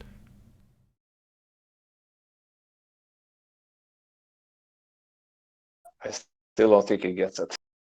Okay, number 4. I'll slow you and see it. Say it. Looks like we're doing this. Yeah. We've got 10 minutes left on the live show. Let's rattle our way through them. 10. Number 4. Yeah. So number 4. Yes. And hold on to your seats right now. Show something over land far away. Show us something over land that is 1,000 miles away. Use a telescope and show us Las Vegas from Dallas. What is the problem here? Okay. I mean, okay, let's just address these quickly. Okay, no worries. He needs to look into angular size resolution limits based on apertures of the camera or optics of the telescope in this example. The telescope has an angular resolution limit. You can calculate this limit with the Rayleigh criteria. Things get smaller as they get further away. At 1,000 miles, things get too small to see. What I would recommend for Professor Dave, go and watch a little excerpt from a series called Father Ted, whereas it explained that the toy cow close to you is small, but the cow that's full size in the distance on the hill is merely far away. Now this is called perspective. If you're trying to look at New York from England, it's too small to see. The angle is too limited. Now, given that this guy professes to be a professor, I would think he would understand that things get smaller as you get further away from them. And 1,000 miles is far too far to resolve things. Their angle is too small. So I'll just declare right here, right now, pure stupidity on account of Professor Dave. Do you not understand that things get smaller as they get further away? Oh, I know why he thinks this way. Because his model is based in geometry. And his model would use actual sizes for things in the distance. For example, if you were to ask him how much of whatever the hell this is on the horizon is being obscured, he would tell you in feet and inches or meters how big this item is and how much is blocked. However, these items at 1,000 miles will still be the exact same feet and inches value, precisely as his model calculates for. Now, that would mean his globe model and its mathematics ignores perspective. And because his model of a globe Earth ignores perspective, he expects us to express the same exact fuckwittery and assume that we can see things at 1,000 miles. No, it's only your model that excludes the angle of things getting smaller as they get further away. Why on earth would the failings of your heliocentric model and its complete lack of angular size reduction be somehow transferable onto us as flat earthers being able to see things when you removed the hijacking of this perspective effect, which you've called Earth curve, in your perspective exclusive maths? You complete clown! So, Professor Dave, would you expect the angular resolution to be conforming to seeing things at 1,000 miles? How big would something have to be in angular size to see it at 1,000 miles on any shaped surface? You complete clown. Then, when you've answered all of those questions, explain why the hell your geometric maths excludes perspective, and for some reason completely ignores the fact that these things are very small in the distance. You'll give me their size in feet and inches, won't you? You complete clown. Telling us that you think things stay the same size at any distance because their feet and inches value doesn't change in your globe maths. Yeah, they do. Their angular size, also known as apparent size, gets smaller with distance. Funny coincidence, Professor Dave. People are telling us all about how apparent everything is at the moment, not realising, like you, that their calculations for a sphere-Earth reification fallacy utilises actual sizes rather than apparent sizes. That would be the angular size that gets small as it gets further away. Yeah, this would be a very big angular size if we were right next to it, but you'll still give it in feet and inches and then ask us to justify why we can't see it at 1,000 miles? Your calculator excludes perspective, you complete moron. Should we move on to number 5? Hang on, before you do, I had somebody on my channel. He sent me a message and he says, Sleeping Warrior, I'll give you £1,000 if you can show me any picture or video of the Mourne Mountains in Northern Ireland from anywhere on the coast of England. Should be piss easy on a flat earth given a clear day. And I thought, Mourne Mountains. Let me go and have a little look at that and see what the angular size should be. So I looked into it and I realised that it's just too small to see. It's not a big enough mountain. So anyway, I thought, should I respond or should I ignore? But because you've asked a question about the angular size and why you can't see Paris from New York or whatever, because Professor Dave's put it in his video, it directly addresses the point that Nathan's just said, but it puts it with a little bit of maths because they all say, oh, you can't do any maths, Riley. So I thought, right, okay. So here's my response to him. It says, Dear MJH, this is the guy. I said, I've had a little look at this for you. Your claim is, quote, should be piss easy on a flat earth given a clear day, unquote. Assuming an Earth with no atmosphere at all, just looking at the geometry in isolation, Sleeve Muck, which is the name of the mountain that's near him, happens to be 674 meters high from sea level. It is 160,934 meters away from the English coast. This gives it an angular size of 0.2 degrees. 0.2 degrees is a random number to you, I'm sure. So let's add something to help to scale it to help you. The longest ground-to-ground line of sight ever photographed is 237 miles from Mount Canigou in the French Pyrenees to the French Alps against the background of a setting sun. Canigou is 381,215 miles away, or meters away from the target, and the target is the French Alps. The maximum height is 4,800 meters of Mont Blanc.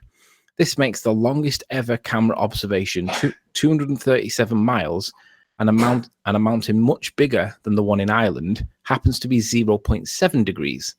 So your distance of 100 miles is within the distance that we can see. And if we assume no atmosphere whatsoever, it is possible. However, because the only one I randomly picked happens to be 674 meters high, it simply is not big enough to see, even with a zoom lens. It's just too small at 0.239 degrees. Obviously, that's compared to 0.7 with the Canigou one. You can find more about perspective if you pay attention to Flat Earth channels. You can find more about the Canigou observation from this link. There are many others documenting this observation with evidence to show you what could be seen and how small it actually is. You can calculate your own angular sizes with this link. You can check your own distances on Google Earth and convert them into the same units using online converters easily. So back to your claim. Should be piss easy on a flat Earth given a clear day. Even without any atmosphere whatsoever, it is simply too small to see because of something called perspective. With an atmosphere, something you can't already seen still cannot be seen. I've explained to you fully why you are wrong, supported it with evidence contrary to your perception, and even done a little bit of maths, so it must be true, right? Will you now admit your claim is simply wrong, and you have no idea whatsoever of perspective? Although it is close enough, it isn't big enough, despite your claim that it is. That's how to deal with a troll. Yeah, and we know he's excluding perspective because he's giving you the values in feet and inches or meters, which won't change with distance. So, chap in Discord, Cogito, we're on number 5. Keep watching the boat. Yes, keep watching the boat. Yes, that one you already, I think, covered in your response. So it's obvious that he hasn't done any research, because he says we should put on YouTube how boats disappear bottom first. And there are, I don't know, thousands of videos of flat earthers doing just that, and he's asking us to do that. So it clearly shows his investigation, I would say. Okay, so presumably this is a question based on the idea that we have a physical geometric sphere edge for a horizon for these boats to go over, and then be blocked from bottom up based on the physical geometry when assuming R. Correct? Yes, and that's where the... No worries, I just need a yes. So, given that he's asking us to keep our eye on the boat and it's going over a physical geometric sphere edge, I'd like to draw his attention to an observation we've dubbed the Black Swan. Now, in the Black Swan, the previously claimed, to be physical geometric sphere edge is currently being refracted non-geometric, non-physical, according to the fundies who fight here with actual flat earthers who aren't strawmanned by morons using endless fallacies like Professor Dave. So given that he thinks that boat in his imagery is going over a physical geometric sphere edge calculable with an R, they assume, I'd like to know why in the Black Swan image we have a physical geometric horizon that is way beyond the limitations of the geometry laid down by assuming that R value. And therefore, all of his cohorts of fundy globe heads are telling us just how non-physical this horizon is, using redundant words like apparent and refracted. So, Professor Dave, is this a non-geometric, non-physical horizon? Or is it the geometric necessity that it must be, based on an R value you assume in your maths that excludes perspective, when you ask us why we can't see things at 1,000 miles? And then when you've wrapped your head around all that, try to explain how we've got a horizon way beyond 9.41 miles, given that the distance to horizon should be about 1.22 miles in the Black Swan images we keep getting over and over again. We've got loads of them now, they're piling up. So we definitely don't have a physical geometric sphere edge for a horizon for boats to go over. So why would we keep watching the boat when all of your cohorts are telling us just how non-physical that horizon is? So try and keep up to date with the Flat Earth debate, Professor Dave. You're claiming a physical geometry that's being denied by your cohorts, you moron. We move on to number 6.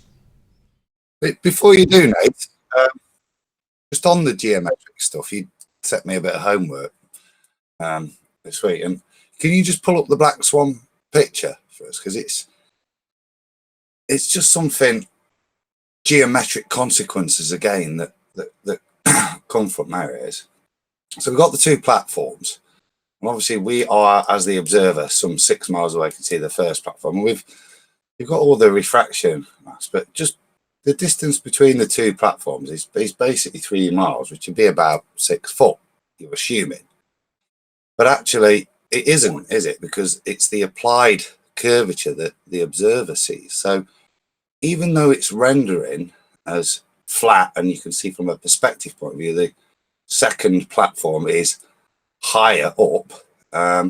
Technically, in terms of the way the cumulative curvature would play out and how that would reflect for the observer if it was on a ball, instead of it just being a 6 foot difference, which would be the geometric drop between the two platforms, but from the observer's point of view, the actual differential you would see in terms of the sea level is actually 33 feet. So that second platform should be 33 foot lower than the first one, even though we clearly see it's higher. Perfect.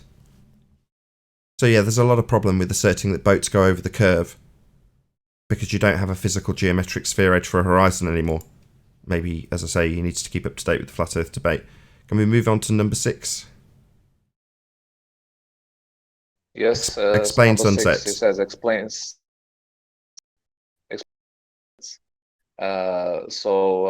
He is stating that a small sun above the flat Earth would simply recede high in the sky and get smaller and smaller until it fades. So clearly here is also perspective.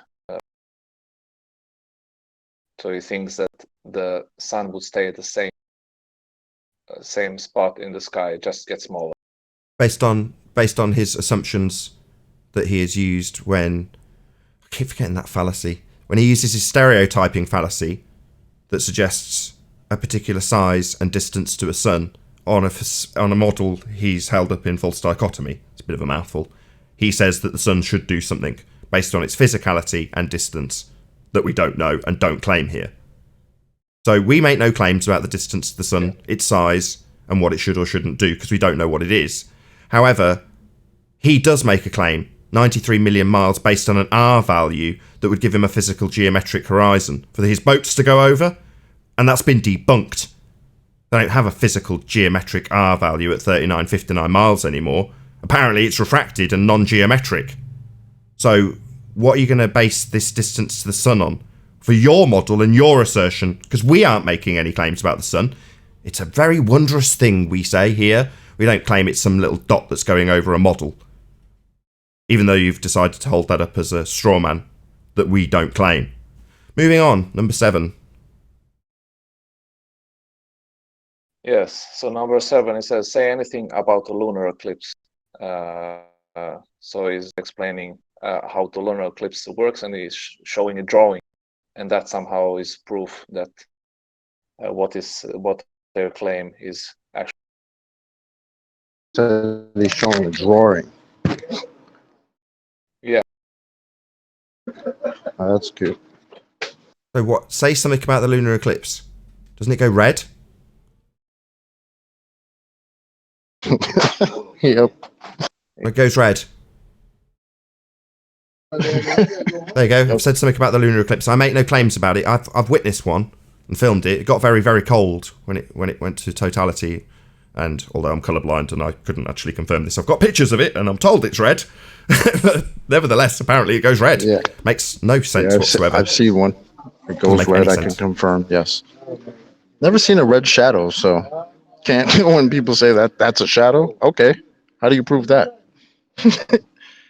Anyway, moving on. And the Seleninian, if I'm saying that word correctly, that doesn't work in his model. Moving on. Seleninian. That's the one. Yep. Set up a camera. Oh, we've got this reification strawman stereotyping fallacy on screen again. What a shock. Send a camera up to the sun or moon. I don't know how far it is. Yeah. It's based on his assumption that we're using this model. We're not. We're yet to see his model. Yeah, and what's even funny about this, he said that we should send up a balloon, and with some clever robotics, we could even. So what's that going to prove exactly? What can you answer to? But what for? Send up a camera to the sun or moon. Okay. For what? Assuming it's a physical place we could get to. Okay, let's move on. Take some flights. Yeah, and I used to be an international rep. I've travelled everywhere. You'd struggle to find somewhere I haven't been. Take some flights. Yeah, every single flight I took, what I witnessed on the flights was endless numpties, rows and rows of them with headphones on, listening to a shit series of radio channels and watching crap television that you couldn't really watch with engine noise, or trying to get to sleep, or trying to get drunk, or reading a magazine or book. That's what I witnessed. What I did on my flights when I flew all over the world, undoubtedly flew a lot more than Professor Dave will ever do in his entire lifetime, was I witnessed the flat plane below us. I also witnessed the horizon, which was claimed to be a physical sphere edge that should bend at the altitudes I was flying at, never bending, just seeing endless flat plane beneath me. So, if you want to go for a pissing competition, Professor Dave, I've taken a damn sight more flights than you ever will. Now, maybe there's other people out there like Wolfie, thank you very much indeed for supporting my GoFundMe campaign, who've taken more flights than I have. And they might well lie to you about the horizon being a physical geometric edge that bends at altitudes that they don't achieve, and they claim not to be able to bend until you get higher, according to their priests like Neil deGrasse Tyson. But so what? If you're going to claim that flights are going to prove some sort of sphereiness, then I'd like to know how. Because even your Neil deGrasse Tyson priest tells you that you can't see curvature, that would be if you reify the edge of the sphere into the horizon, until you reach about 120,000 feet. Right, what's his pièce de résistance then? What's number 10? Do anything scientific at all ever? Didn't we open this with him saying that the model he's going to be comparing should have hypothesis validated for it? Do something with science. You don't know what science is if you're talking about hypothesis at the beginning of this little presentation. What the hell are you talking about? Tell us what the hypothesis was you were talking about at the beginning of this presentation. Then I'll take you seriously when you mention the word science. Nothing you've done ever to do with this subject, ever, was scientific, Professor Dave. You will not give me any scientific evidence. We've spent the last 6 months asking for a single viable hypothesis from any of the fields of astronomy, cosmology, or astrophysics, and there's none. Science? How dare you? All you have in your heliocentric reification fallacy is pseudoscience. Does anybody have anything to add? I'm going to round out the live show, if not. Yeah, I do. Go ahead. There was somebody that did something scientific on this very panel. He got an egg, added a bit of mass to the medium, and it made the egg move. Now, if F equals ma, and the A, the acceleration, was the egg moving, then there must have been a force there. Well, here's the thing. It went the opposite way to what your model would predict, because if I add mass below the egg, that would attract the mass, wouldn't it, on your model? But it didn't do that. It pushed the egg away. So we have done an experiment scientifically, and you haven't even credited us for it, but it debunks your notion of gravity. Have a great day. Perfect. And did you want to add something behind Cogito? Yeah, I mean, he says a lot of stupid stuff here, and he says that invent any technology based on. Have you ever heard anything more stupid than that? I mean, what technology advances have we got from the non-existing globe? That's what I would like. No, spot on. I mean, I had no intention of going through Professor Dave's nonsense, but the fact that we've done it on a live show while I'll be sat here anyway is, brilliant. I've got no issue with doing that. So thank you very much for bringing it to our attention, even though I wouldn't have necessarily watched his video. I feel like I've got the general gist of his straw man fallacies, his burden of proof reversal fallacies, his stereotyping fallacies, his reification fallacies. Yeah, we got the general gist. So with that, I'm going to say, if you are watching this on the Nathan Oakley premiering stream, then stay tuned, as there will be an after show to follow. Unfortunately, if you're watching this live on the Nathan Oakley 1980 channel, this is where I bid you farewell. A huge, massive, enormous thank you for smashing the super chat, liking, commenting, sharing, subscribing. I think there was actually one last super chat from Chow Yun Cat. Shout out to Bunny Mac. Thank you very much indeed for the super chat, Chow Yun Cat. As I say, stay tuned if you're watching on the Nathan Oakley channel, and I'll see you all in the next video. Oh, what a day! What a lovely day!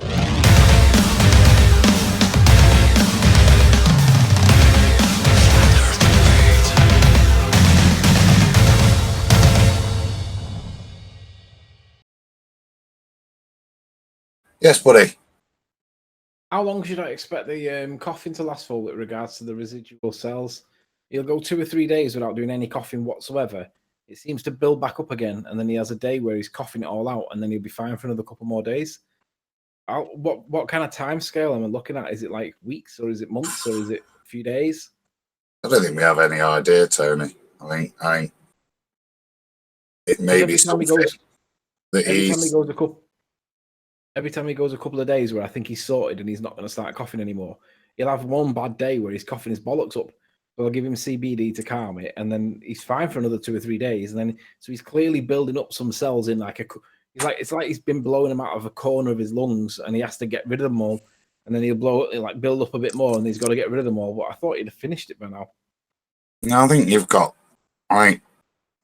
From my point of view, I think you've got an old dog, and he's still going to be prone to that stuff. So I think I would stick with what the vet said, and go with the maintenance dose of CBD oil to, as it's always done, just kind of regulate some of those symptoms a bit. So it minimises it, but I don't think it's ever going to disappear totally. An old dog, innit? Yeah. On a different note, are you anywhere near Wakefield tomorrow, by any chance? Wakefield. No, I'm. I think I'm in work tomorrow. It kind of depends what I've got to ring the solicitors in a bit, so it depends. Okay, I'm just going to be in and around Wakefield tomorrow. Hey, Tony, why don't you get closer to your mic, man? Can hardly hear you. Pardon? Can hardly hear you. Nathan's got me turned down. I don't know, but you're low. Is that any better? Yeah.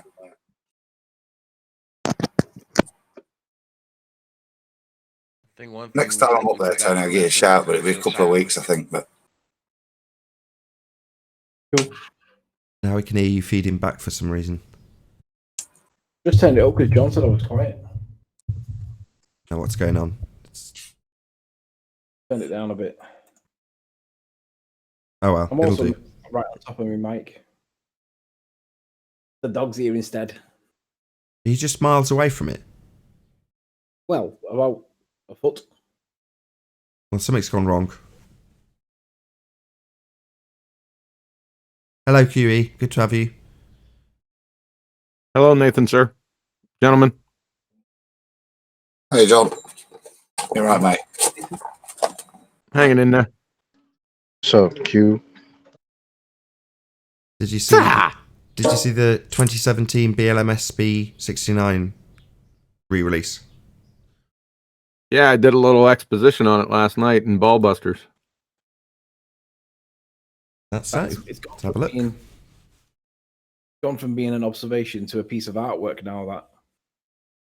So you got platform C in the foreground at 6.08 miles. Platform habitat, ironically, 10.10 miles. Observer height is 8 feet. The maximum distance to the horizon is 3.46 miles at that elevation. So what I did last night, I caught it late last night, about 11 o'clock. So what I had to do is I had to make sure of his angle, because remember those two islands behind the platforms? This is a little different angle because he doesn't have Hill House in there. He's got platform C and habitat. So I was a little bit concerned. I shouldn't be, because the horizon should be way in front of the first platform. However, I wanted to make sure that both platforms were clear of the land behind them. And are they? It looks like platform habitat just off to the right is still clear. Off to the left of platform C, that's all open ocean behind there. So this is another black swan. It's not. It's another black swan. Oh, I thought you said it's not a black swan. I was going to say. Yeah, it's another one. Yep. Excellent. We got a new baller who wants to chat. His name is Jim.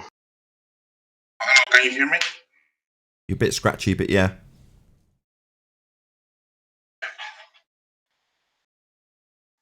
Hear me? Yeah? Hey, what's up, Jim?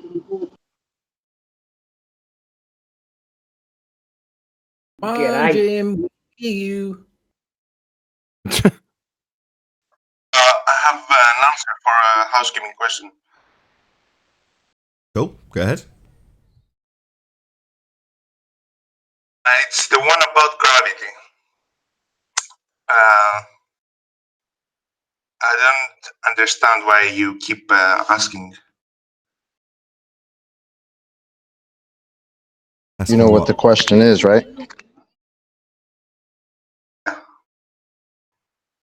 Before we go And anywhere, I think the answer is... Sorry? No, go ahead. It's the Cavendish experiment. I wanted to hear why you think it doesn't show gravity. The Cavendish experiment. Okay. First and foremost, do you know what an experiment is? Doesn't the question ask for scientific evidence of gravity? Yeah, he said he's got a Cavendish experiment. Just clarifying the It question. is a Nathan, scientific it was experiment. scientific. Yeah, so do you know what an experiment is? That's my question to you. I do. What's an experiment? I think you want me to say it's a hypothesis test or something like that, which I think is true. It's about right. Cool. It's about right. That's good to know. Okay, so what's a hypothesis? If an experiment's a hypothesis test, what's a hypothesis? In this experiment, the hypothesis would be that mass attracts mass. Hold on. You're getting ahead of yourself. Not this hypothesis. That might be my bad for not making it absolutely clear. What is a hypothesis? Yes. Not this hypothesis, just a hypothesis. What is a hypothesis? I guess it would be asking a question and then trying to figure out if it works in the real world as you expect it to work. No. Try again. Hypothesis is you formulate a sequence of events that you assume would happen in an experiment. Getting closer. What are the And three? your hypothesis can either... Hold Sorry? on. There's three constituent parts. I'll lead you a little bit. What are the three constituent parts of a hypothesis? Constituent parts. Yeah. That's three. That's can you two. give me the first one? Hold on. That's two constituent parts of a hypothesis, three constituent parts of an experiment. So just start off with the experiment. What are the three constituent parts of an experiment? Which are defined in the hypothesis. But yeah, go ahead.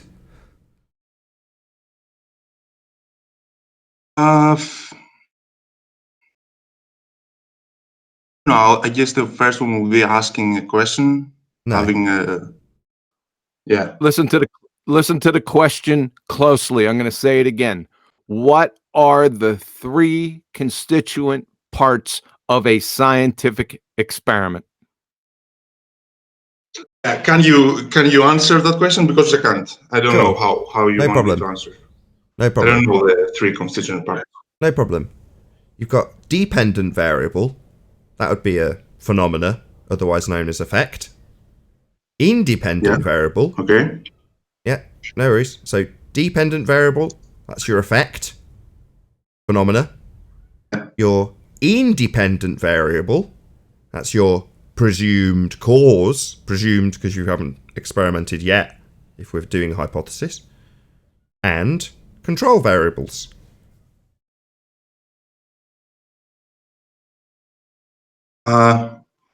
What's the difference between an independent variable and a control variable? So the control variables are kept controlled, and the independent variable is varied. Okay. So why what's the problem with the Cavendish experiment? Perfect. So let's see about those constituent parts. So in the Cavendish experiment, what's the dependent variable? The naturally occurring phenomena that we want to know the cause of. What did we observe? It's also step 1 in the scientific method. Observe a natural phenomena. So what's the phenomena we're observing, otherwise known as dependent variable? You can share my screen, Nathan. So the effect of the experiment, the thing we see, and we try to understand why it happens. No. Not something we no experiment. Hold on. You're getting ahead of yourself. So I said this is also step 1. Phenomena observed. So I'll just lay it out once more. A bit slower. So we're going to see something happening. That's a phenomena.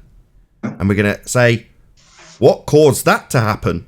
Because that's what science does. It deals with cause and effect. Yeah. So we're first figuring out what the effect is that we're trying to figure out the cause for. So what's our step 1 natural phenomena? Dependent variable, please.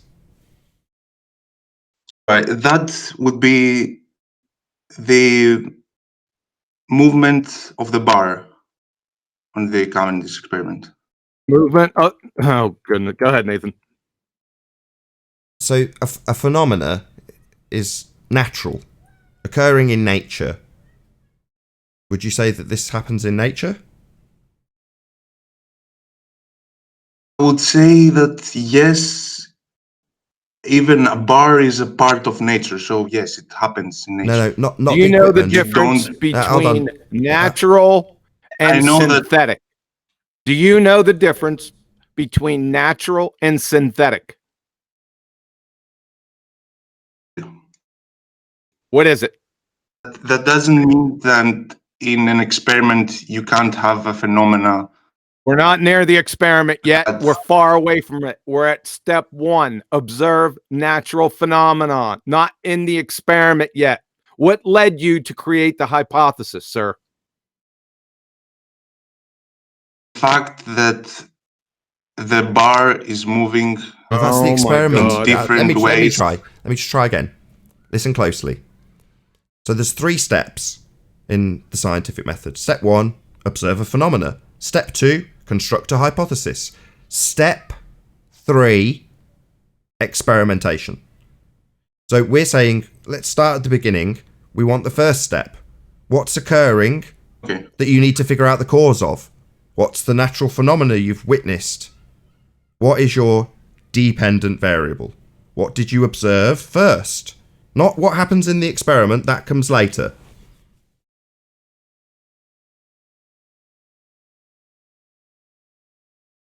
Let's say an apple falling from a tree.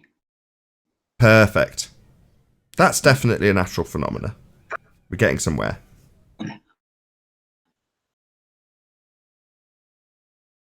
So once you've observed natural phenomena, step 2 in the scientific method is to construct a hypothesis. Now, half of the hypothesis we've got already. It's the dependent variable, the phenomena we're observing. Now we need the other half of, if you only count the alternative, we need the other half, which would be the independent variable, the cause of the effect. So what's the independent variable? What's our, at this stage, presumed, because we haven't validated it yet, what's the presumed cause? All right, that would be a presumed force between the apple and the earth.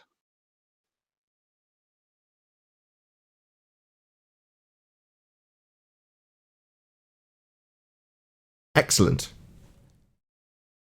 So as a syllogism, if force between apple and the earth, then apple will fall from tree. Do you agree?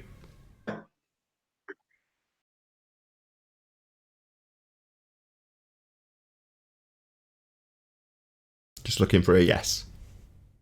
I'm just repeating. I do agree. Yeah. Perfect.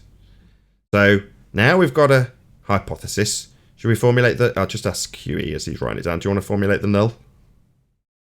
Yeah, that's what I was getting ready to do.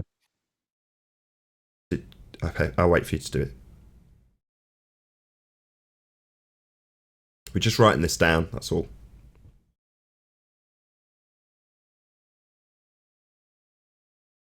So force does not cause apple to fall from the tree. Perfect. Now I've got a couple of questions. Number one, how are we going to vary this force?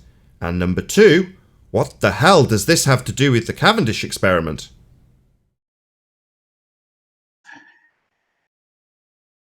The Cavendish experiment is something you would do in order to see if the presumed force that I said presumed, we assume it's a force, if that works on another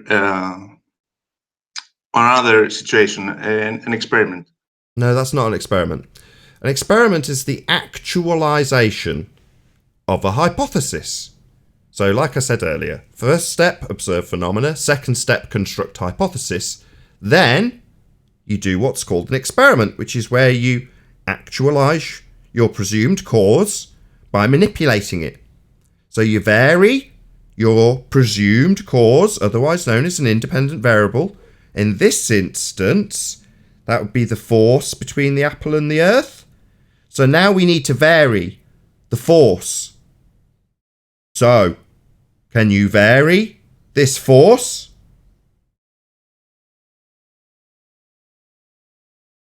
The apple and the earth example is different from the experiment. Yeah, I also asked that. That was my second question. I know that. That's why I had two questions. One, how are we going to validate this hypothesis? That is to say, how are we going to vary the independent variable?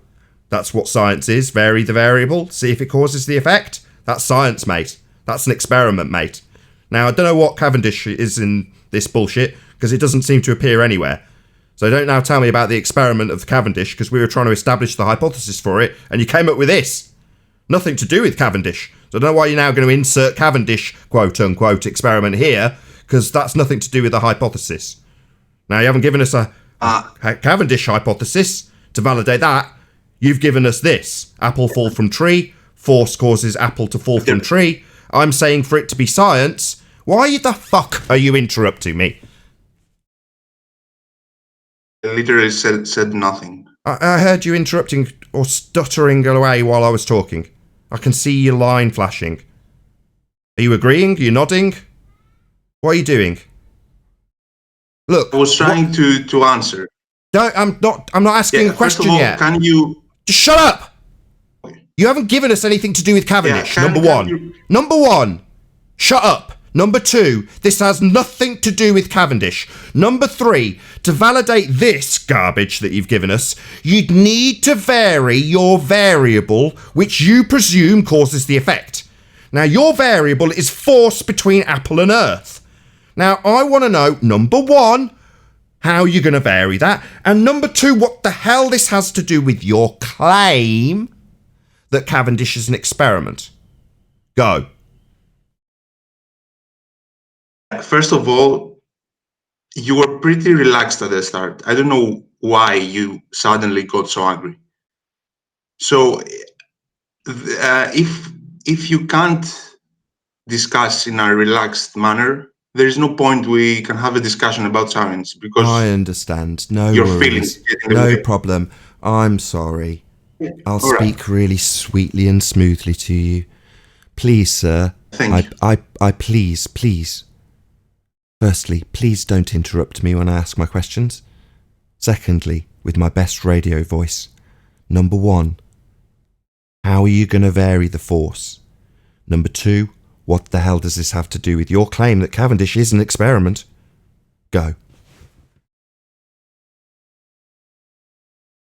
I gave you the example with the apple because you said I can't have a hypothesis inside the Cavendish experiment because it's not natural phenomenon.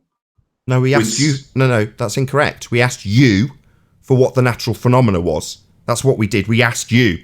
You told us apple falling from tree. Don't tell me that I told you it wasn't a phenomena. We said to you, step 1, observe natural phenomena. What's the phenomena for the Cavendish experiment? So why are you twisting my words? We asked you, you spouted this garbage. Don't lie.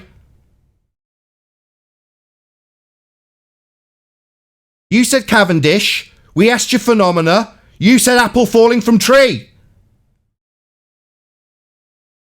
We start over. No worries. No worries. We'll start over. So no worries. We'll start over. So Cavendish, quote unquote, experiment. Now, if you haven't already realised it isn't an experiment, we'll do it again. So what's the phenomena being observed for the Cavendish experiment? So before the experiment happens, step 1, observe natural phenomena. So I ask again, because we're having a little do-over. Nice and calm, like. What was the phenomena being observed? Step 1. So you asked me, what's the phenomena before, outside the experiment? Step 1. Step 1. I'll summarise. Your question implies you don't understand. Step 1, observe phenomena. Step 2, formulate hypothesis. Step 3, test hypothesis. So first you've got to have something happening to ask why the hell is that happening. Yeah, that's the first step. So yeah, we first want to know what the hell's happening. Then we're going to turn it into a hypothesis. Then we're going to test the hypothesis. Now, if we can do all those things, and at the end of that process we've got the Cavendish, then we can go ka-ching! That would be an experiment then. If we can't do those things, my friend, then it's not an experiment. But we'll see how you get on. Third time's a charm. What was the observed phenomena? We can't discuss like that, Nathan. Sorry. Discuss like what? I'm just asking you for the phenomena. You wanted a do-over? You wanted a do-over? What's your problem? I'm just asking you for your phenomena. That's what science is. You said you've got an experiment for gravity. Now we're telling you what science is, given that you didn't know what a hypothesis was. We had to lead you by the hand and explain what an IVDV CV was, because you didn't know, even though you've come here to claim science. What, and now you feel my tone is inappropriate? Fuck you, you dumb clown! You haven't got a fucking clue what science is, you stupid globehead twat! You're a fucking moron! You don't know my tone? Fuck off then, you stupid shithead! You're a moron! We're going to educate you, you stupid twat, about what science actually is, while you tell us, like we haven't had it 200 times before, that Cavendish is an experiment. It isn't, you stupid twat! If you can't figure that out the third time around, I'll scream it at you, you stupid moron! Do you like that tone, twat brain? Now fuck off! Stop wasting our time, you stupid moron! Don't like my tone. Don't be a moron. Don't come here telling us you got science when you don't know what a bloody hypothesis is. How dare you take umbrage with my tone? I'll talk to you like you deserve, you complete clown. Crazy. You don't think it's a bit odd that you can't have a discussion like that. I'll do what I fucking like. I'll talk to you like the dumb twat you are. Listen up. I can do it like this too. I can put a big smile on and say you're a fucking moron. You don't know what science is. We had to tell you why are you interrupting me. Is that how we have discussions? I'm talking to you in a reasonable tone now. Why are you interrupting? That's not a reasonable way to have a discourse. So, we asked for your science. You gave us Cavendish. It's not science. Now you're taking umbrage with my tone. What gives? Why aren't you saying I appreciate that Cavendish is not an experiment? Why aren't you saying those words? Why are you actually taking umbrage with my tone rather than conceding that you haven't got science for gravity? Why is that happening? It is a scientific experiment, but sorry, did he just say? Excuse me. Did he just say? Yeah, did he just say it is a scientific experiment? Did he just say it is? So, excuse me. Did you just say it is a scientific experiment? It is. No, it doesn't have a phenomena. It doesn't have a valid hypothesis, and the phenomena, if claimed to be one, is man-made. I can tell you now, it's not science. Now, given that only about 20 minutes ago, we had to explain to you what a hypothesis is, how dare you tell us that it is science? You don't know what science is. So you are unbelievably arrogant to now tell me what science is when I've had to educate you on what a fucking hypothesis is. How dare you? So anything, any experiment that you don't know what an experiment is. Don't now talk on the subject of experimentation. Do not insult us. You are insulting us. Excuse me, Mr. Ignorant. You're talking to yourself. Excuse me, Mr. Ignorant. You're insulting us. You don't know what an experiment is. Don't now talk on the subject when we've had to hand you your ass and explain what one is to you. Don't now talk on that subject. You're insulting us. Can you give me an example of an experiment? Don't demand anything from me. Who the fuck do you think you are, you unbelievable prick? I asked. You are in no position, moron, to demand anything here. You don't know what science is. You think Cavendish is an experiment. You're a moron. You've got no right to demand anything here. Like all of you retards who come in and claim you've got science, why do we ask for scientific evidence, you asked when you came in? I'll tell you why. Because morons like you think they've got it when they haven't. And when it's pointed out that their experiment isn't an experiment, doesn't adhere to the scientific method, they take umbrage with my tone. Yeah? You're a sore loser and a retard. You can't accept that you've been defeated and your claim of science is not science. You want to take umbrage with how I debate.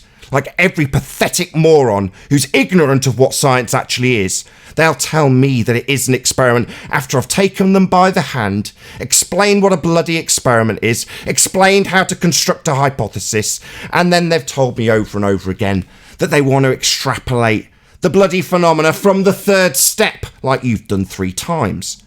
You don't know what science is.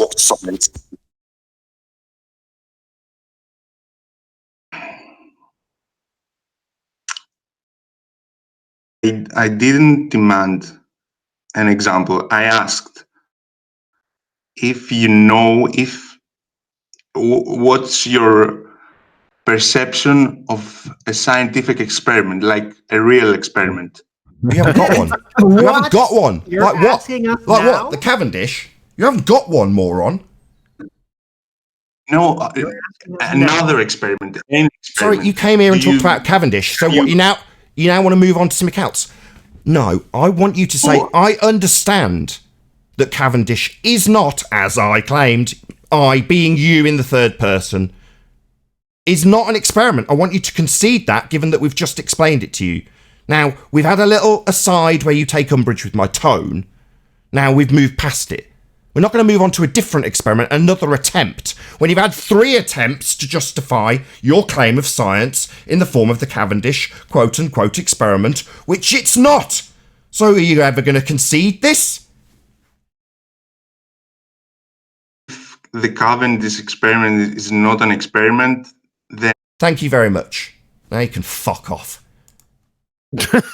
Shit.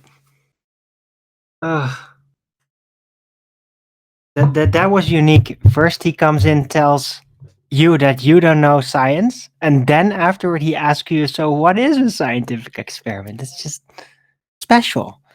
We should have asked him what the title of the paper was. You still sharing my screen? I was. Now I wasn't. Now I'm not. Yeah, I am. Yeah. We should ask him, ask these dodo birds, what is the title of the experiment from Philosophical Transactions of the Royal Society? Experiments to determine the density of the earth by Henry Cavendish, Esquire, FRSNAS. So, let me ask you a question, boneheads. Henry Cavendish didn't find big G or M. Let me ask you a question. How do you find density without M, mass? That's the question. And you people don't even know what the alleged experiment or paper is titled. We're crying out loud, people. I think Quantum. Big G is That's an it. You give me an example of an experiment.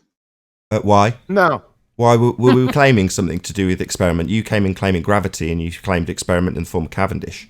Now you've declared it's not an experiment. So you think you understand? Sorry, science, maybe you didn't. but yet Maybe you didn't think that understand when I said I there don't is want to no hear anything from. experiment. I don't want to hear anything from you. I don't want to hear from you. You've insulted our intelligence. You've made out like you understand what science is. You've claimed you've got an experiment. You had none of it. At the end, you've conceded you don't have an experiment. It's not an experiment because we had it to explain it to you. So I don't want to hear anything more from you. I don't know why you're still talking. I know you don't, because you're for some reason you get really emotional when you deal with interact twats. with Yeah, people I do. I get really annoyed when I deal with pricks like you. It pisses me off. Yeah, it pisses me off royally. You pretender clowns piss me off royally.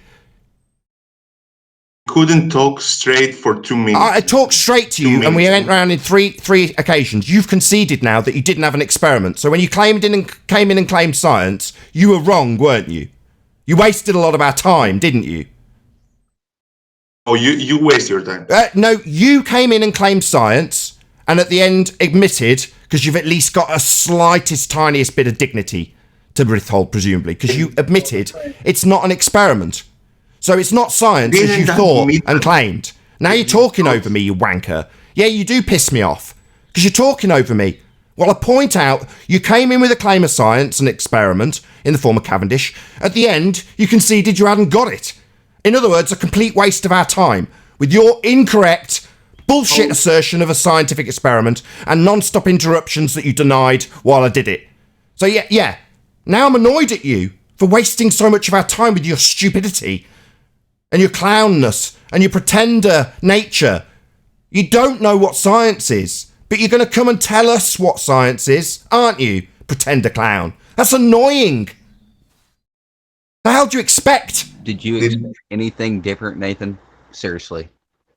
I did not admit that it's not an experiment. It is an experiment, and it shows That's gravity. annoying. It's not, you stupid dick. That's annoying. We've just spent 20 minutes explaining how it's not. It doesn't have a natural phenomena. It doesn't have a formulated hypothesis. Therefore, can't be called an experiment. Now, we've gone through it with you and your stupidity with apples falling, and you conceded it's not a bloody experiment, but now you're saying it is. Well, are you trying to piss me off? Well, you even said yourself that the apple falling is not like the experiment. So then what the hell are you trying to recreate in the experiment? If your observed phenomenon is not like what's in the experiment, what's wrong with you?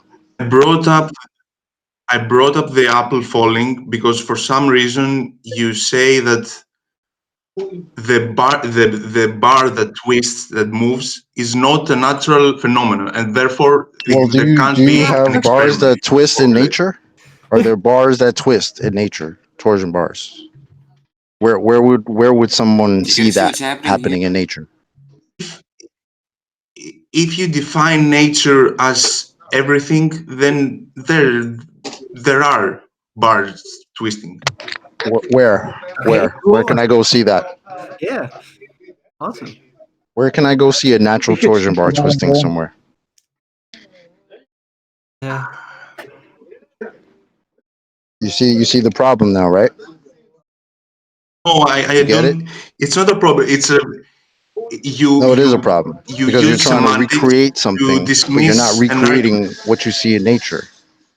This torsion bar, you're only going to see it in the experiment, and it's not recreating what you're seeing in nature. So what are we doing here? But would it even be like that in nature? Because the torsion bar itself is not really the phenomena. The phenomena is the twist in the conditions. That doesn't happen in nature. Nothing like that is balanced in nature. Ridiculous. So, can you guys, I'm asking sincerely, can you give me an example of an experiment where no non-natural phenomenon are involved? Relative density. Very simple. Wait a second. What did he say? What he said made no sense at all. He wants an experiment without an on.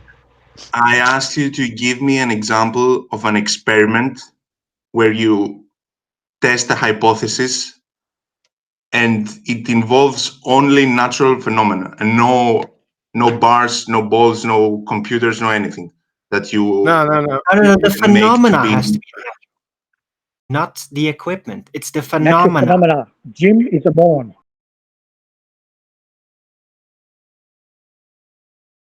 You can still use thermometers to read temperature, but a thermometer cannot be the independent variable. It cannot be the phenomena. The phenomena has to be natural. You can still use equipment. Right, so yeah. What would and that's be just step one. You were already done there, but then you tried to move on to the independent variable, which again you don't have because you said that your independent variable was going to try to manipulate a force, which you said you would have to presume first. So you're already done from there. Like, so there's just nothing for you to do here, bro. Because in order for you to manipulate it, it would have to be real. You can't assume it and then manipulate it.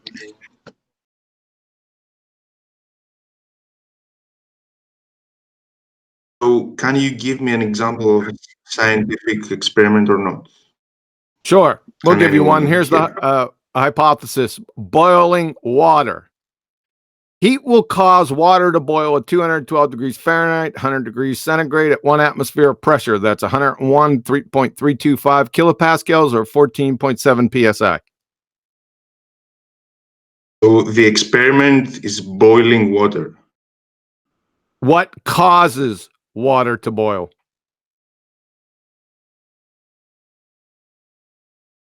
What does? Yeah. So heat will be the independent variable. The water boiling is the dependent variable. What does you can see water boiling in nature, right? Who's the guy's name? Jim? Is it Jim we're talking to? Yeah. So water boiling would be something that you can call natural because you can see that in nature, right? But in order to do an experiment, you have to measure a temperature or do something with it. And you can't do that if... No, in this particular experiment, we're trying to find the cause of water boiling. Right. I just explained to you, not even 2 minutes ago, you can use equipment as long as the equipment itself is not the phenomena within the experiment. Of course, you can measure the temperature. Listen to Arwen. He's smoking. Hey, I've learned, man. Took some time. So what's the problem? Heat will cause water to boil. Okay? Good? Yeah, but that's not an experiment. That's something that happens. You don't learn anything from it. Yeah, it is. Because the three constituent parts of the experiment are what I just said. Heat, that's your independent variable, will cause water to boil. That's the dependent variable. At 1 atmosphere of pressure, there's the control variables. 101 kilopascals or 14.7 psi. Gave you the whole thing in one sentence. How do you measure though the pressure or the temperature with Who cares? That's not the point of your experiment, is it? The point of your experiment is to find out the cause of water boiling, not measuring anything. Right? It's about cause and effect. It's not a measurement. If it was a measurement, you would just measure something, right? That's how it works in the Cavendish too, though. You see something, you're trying to figure out what causes that phenomena. What phenomena? What phenomena?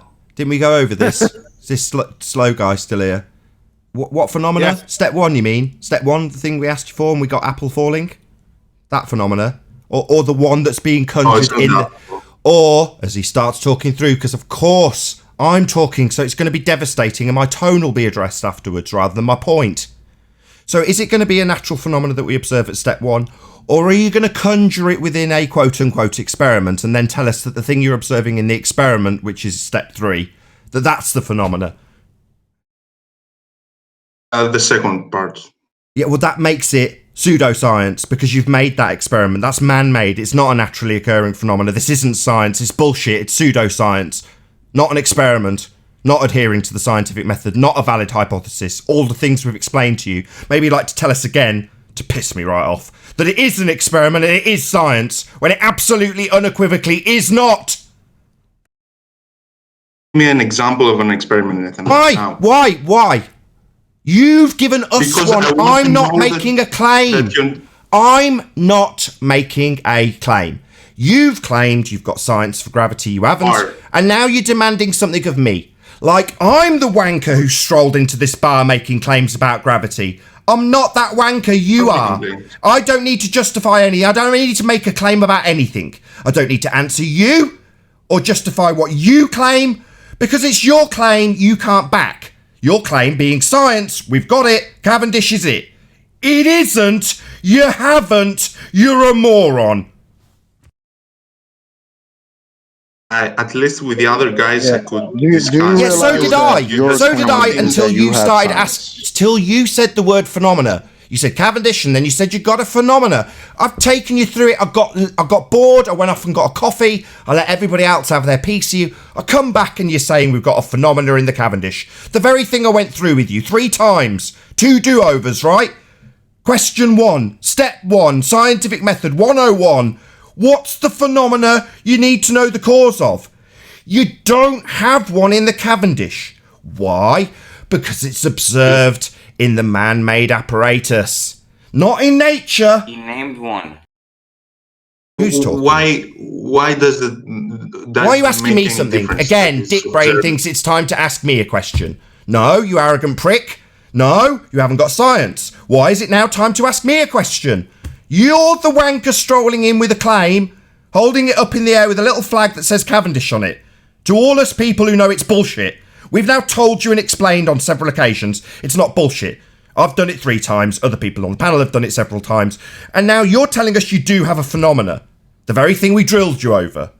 Now you haven't got a phenomena, you're just retarded, because you seem to be in this parrot of chanting that you've got a phenomena. You haven't, you're too stupid to listen. So that's annoying, it's going to get annoying, mate. Now, my blood pressure's going to go up, and I'm going to start shouting at you and calling you a fuckwit if you don't stop saying you've got a phenomena when you fucking haven't, you stupid moron. You said apple falling and you yelled at him. Oh, got a white knight. I hear Kosho white knighting for you. He knows you're getting pummeled hard, so he's got a white knight this for you. Is retarded. It's retarded. Yeah, you've got a white knight, haven't you?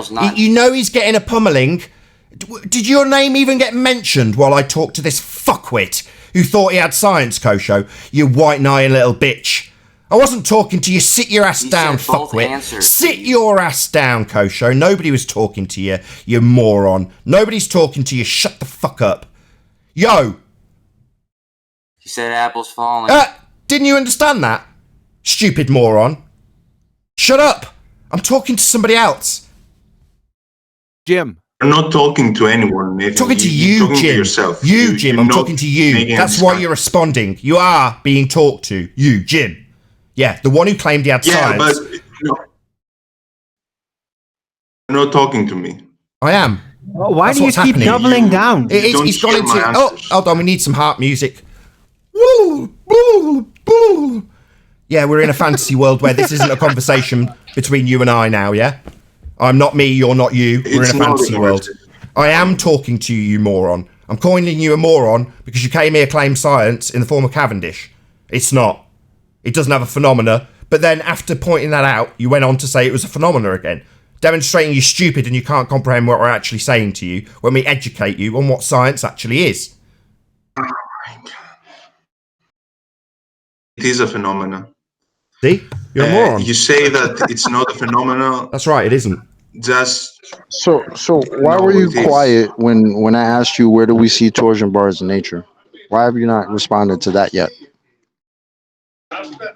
Because it's an absurd question. You see it absurd. Yeah, that's the point. You stupid dick. Absurd. Yeah, to ask where we see torsion bar twist in nature is absurd. That's because it's not a phenomena. The question highlights the absurdity of your claim that this is an experiment.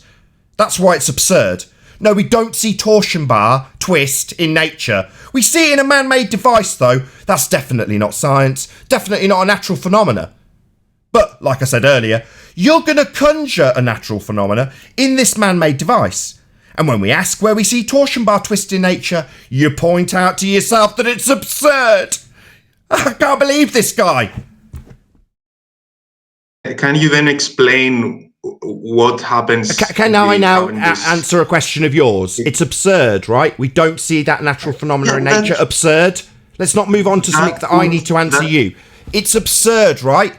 We don't see it in nature. It's not a natural phenomena. Yeah, that's the point. Absurd, mate. By your own tongue. Absurd. Yeah, that was the point of me asking the question, my friend. So thank you. I say this, my definition in this context of nature is everything. So, well, then you're wrong. We don't go by your definitions. We go by conventions. Those definitions that are already defined. You don't get to make shit up here. Do you know the difference between natural and synthetic?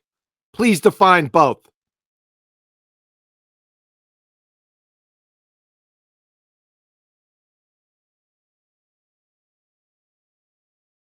I don't know that.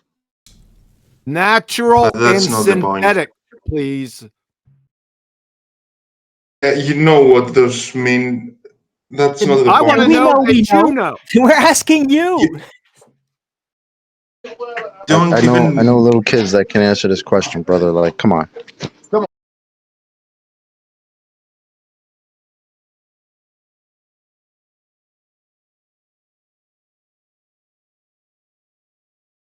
Well,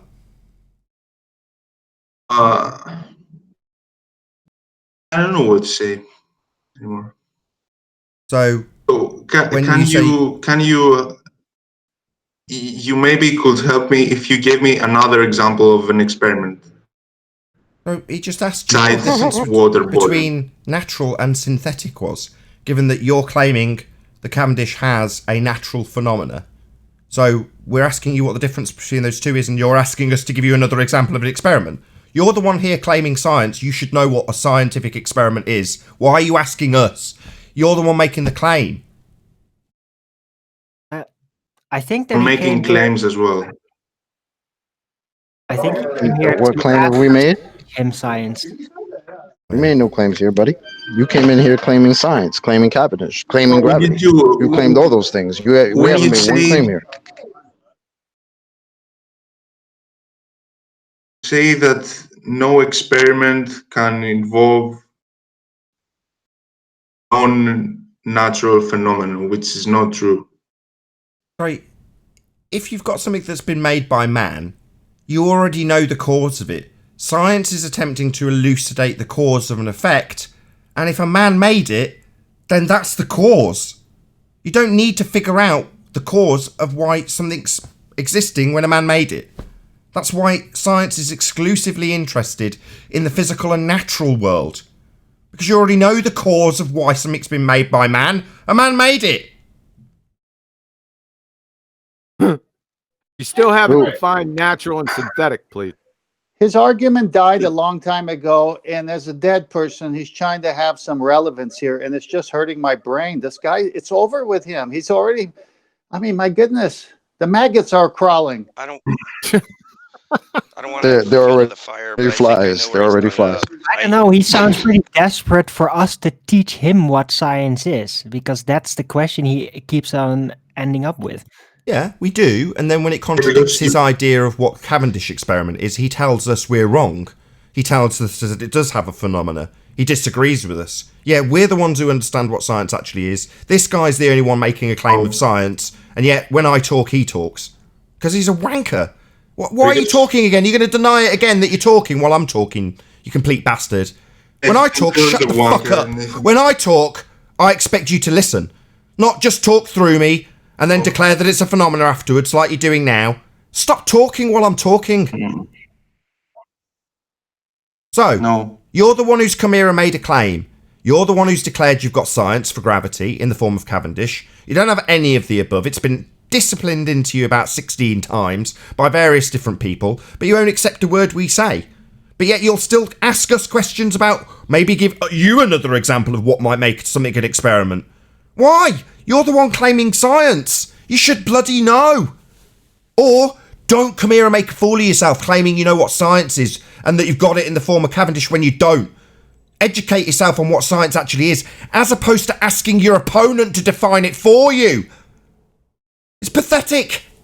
So, in science, well, what I get from this ramble you just did is that there are no experiments, because there are just no experiments. We have made all this progress in science. How did you glean that? You complete what quote?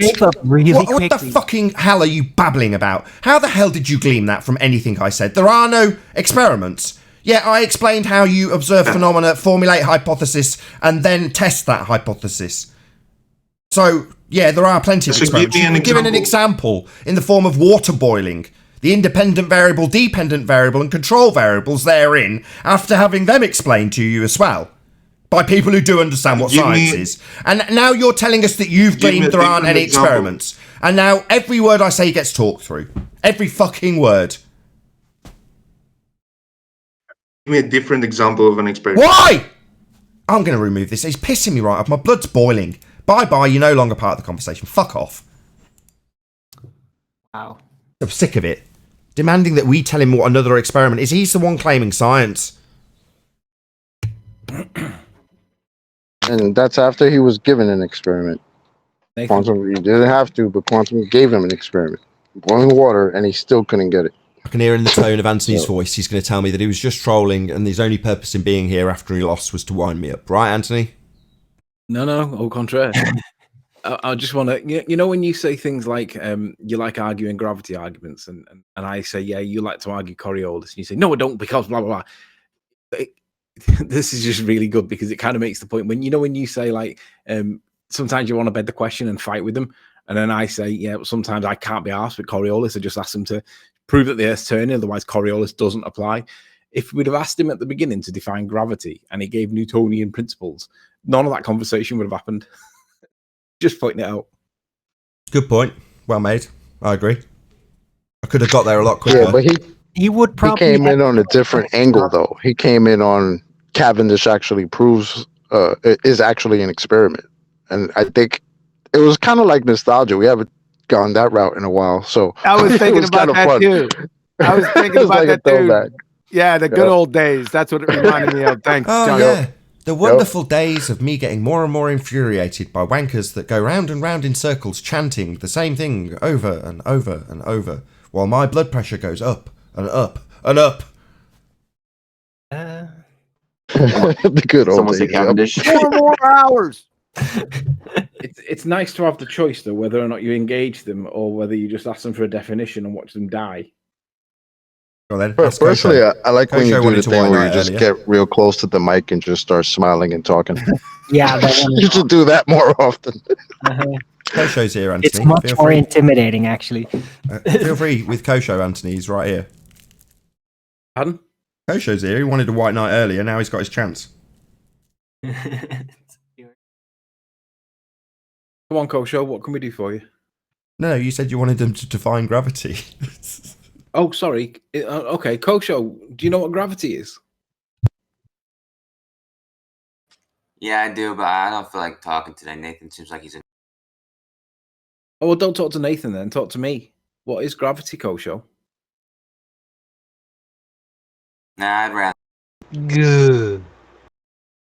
Yeah. I saw what just happened to Don't that like guy. using just that came word in when you're with us, do you? here, and I'm still laughing about it, and I don't think having a conversation.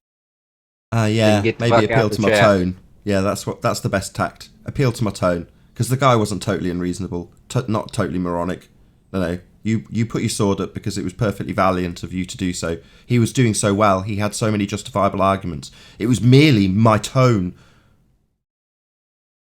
Why don't you bring that knucklehead friggin' Gem Panda in here with his birds humping natural experiment? Why don't you champion that, Kosho? That's what Why you're don't you into, but let's do that now. I'm just saying You that want to that do dude that? who was just in here. Jim, he's smarter than Gem Panda.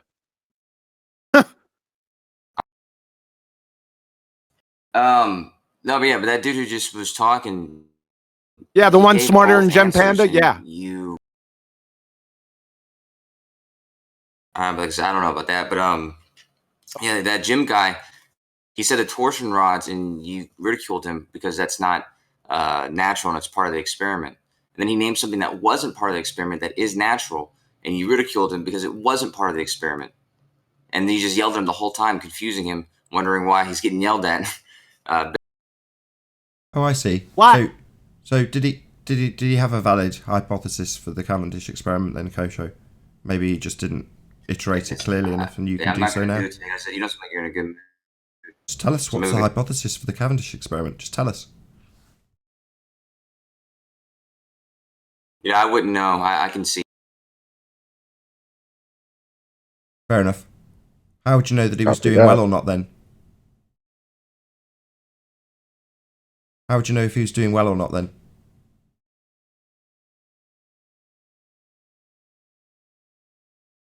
How would you know if he was doing well or not, Kosho? Why would you put up your sword to defend him if you haven't got a clue what the experiment is or what the hypothesis was? Why would you defend him? Why did you interrupt and white knight for him if you don't know what this experiment is or the hypothesis for it?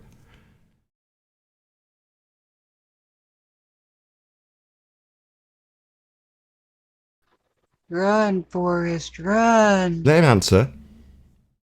Yeah, he don't have an answer. He wanted to get toe tagged again. They just want to talk when other people are having a fight, yeah? You just want to pile in when the odds are a bit against somebody. You want to even those odds by changing the numbers, right, Kosho? You hadn't actually got a clue why you were sticking your sword up. You didn't know what you were defending. So he could have been completely wrong, but you still stuck your sword up anyway? Wow. Amazing. I think Kosho was showing honor and trying to help out a new Glober. I told you point blank. I just said it like word for word. In the whole discussion, I made a summary in about 5 seconds of what had happened. He said both answers. You ridiculed his first answer, saying that torsion rods were part of the experiment and not part of nature. Then he named something that wasn't part of the experiment, that was part of nature, and you ridiculed him again for the opposite reason. That's correct. Yeah, you've just repeated that. Yeah. So I'll break that down for you. We asked him for a dependent variable. You just asked me, so that's Excuse me. I thought you'd finished. My bad. Carry on, Kosho. Oh, you were finished. I was finished correcting you. Okay, cool. You had told me to repeat that. We asked him for a dependent.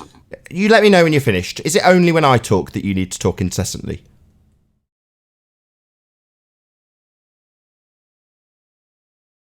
Jolly good. So we asked him for a dependent variable, Kosho, for the Cavendish experiment. Because a hypothesis test, otherwise known as experiment, has a hypothesis. And in said hypothesis, we took him through what it required, the constituent parts of the experiment, independent variable, dependent variable, which is what we asked him for, in reference to his Cavendish experiment. He told us apple falling from tree, in reference to the dependent variable for Cavendish. Now, that's not a fault on our part when we point out that, having been asked for the dependent variable for the Cavendish experiment, that he gave us apple falling from a tree. And it's also not our fault that when you say torsion bar twist, that's not a naturally occurring phenomena. Neither of those things are our problem, Kosho. They're just not a natural phenomena for his experiment, therefore it's not an experiment, as we pointed out to him. He kept claiming he'd got a natural phenomena for it, though. What, is the natural phenomena for the Cavendish experiment an apple falling? Because the observed phenomena becomes your dependent variable in your hypothesis. Unfortunately for him, there is no apple falling in the hypothesis. He didn't give us a hypothesis. You don't know what the hypothesis is. You've made that very clear. But you're defending the fact that he's given an apple falling when asked for the dependent variable for Cavendish? No, that just makes him a complete fucking clown. Kosho, maybe you should try and follow along a bit closer. We asked for a dependent variable for Cavendish. Now, I already know by your admission that you're a clown and you haven't got a clue what you're defending. You don't know what the hypothesis is.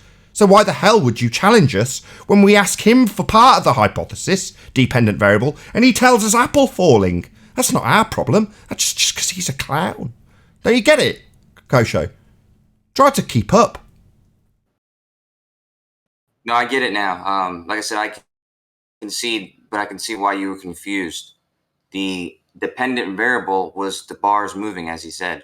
The natural that's not a natural phenomena. phenomena. No, that's not a natural phenomena. So we'll ridicule you like we ridiculed him. That's not a dependent variable. There's nothing natural about a bar twisting in a piece of apparatus. Do you think that's natural, Kosho? I'll ridicule you like I ridiculed him when he claimed that was a dependent variable. It's not. So why would you repeat such horse shit, given that you've already confessed you don't know what the hypothesis is? So what, you're going to pick up his charred remains and start fighting us with them? You pathetic individual. Sit back down, you complete clown. You haven't got a clue what you're defending. Us humiliating him, having been asked for a dependent variable and been told apple falling, only to have us laugh at him for his stupidity, and point out that torsion bar twist isn't natural, is nothing to warrant any objection from you, you stupid boy. Sit back down and shut up. Yeah, I already said I can see. Didn't you hear me? Didn't you hear me, you stupid clown? Shut up! Nothing warrants your input. Go away and research what you think the hypothesis is, so we can ridicule you about that as well. Okay, boy, sit down. Shut up. Bring back. I'm laying down. Yeah, bring back the birds humping natural experiment hypothesis for us next time you come back, okay? You can champion and white knight that idiot gem panda. Yeah, great white knighting. Why are you still talking? What do you think we're asking you for a response? That's rhetorical. No, we're not. You've got nothing to offer here, Kosho. We've discussed Cavendish, something clearly above your pay grade. So you've got nothing more to offer, having disclaimed that you don't know what the hypothesis is for it. You haven't looked into it. This is way above your intellect and pay grade. So shut up. Part of that don't you understand? That's exactly what I said. You're right. Good. I can see Know it. your place. With the rest of the thickos. Yeah, in the so does sandbox. So does the apple fall, or does the apple sink through the medium of air? Sleeping Warrior's on mute. He's playing World of Warcraft. I think Command & Conquer is more likely, but... I know what we can ask Kosho. Let's move off of gravity. Oh, God, no. That friggin' disheveled train wreck. But he just got him to shut up. No, you just got him to shut up. Sorry. Okay. Forgive me. I've already just got him to shut up. And now you want to... You did this with the last guy. I'd server muted him. I was like, that's it. And then you started asking him questions. Yeah, but it was a different subject. Fair enough. I wanted to get his take on the Black Swan and why the horizon is behind the platform at 9.7 miles or 9.4 miles, why it's way back there when it should be on his spherical Earth fairy tale at 1.22 miles. That's what I wanted to ask. Any response to Black Swan, Kosho? Feel free.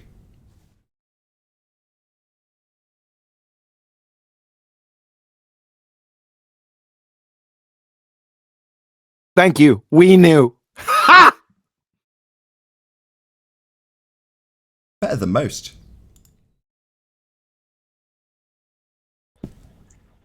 So does the apple fall, or does the apple sink through the medium? Oh, we're back to gravity again?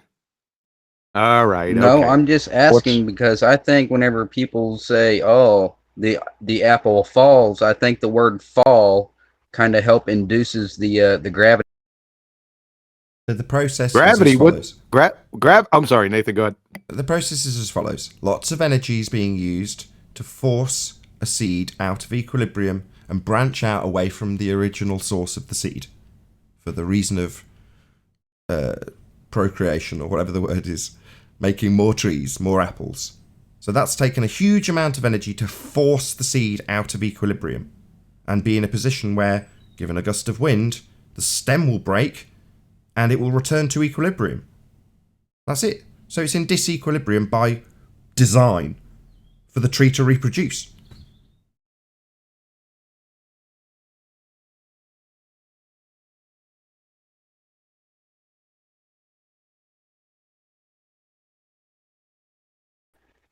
I also have another question for Nathan and QE, and I hope that Righteous Force is listening in. How long have you guys been flat earthers?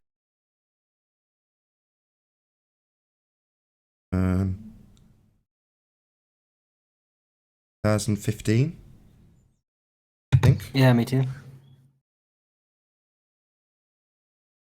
What about you, QE?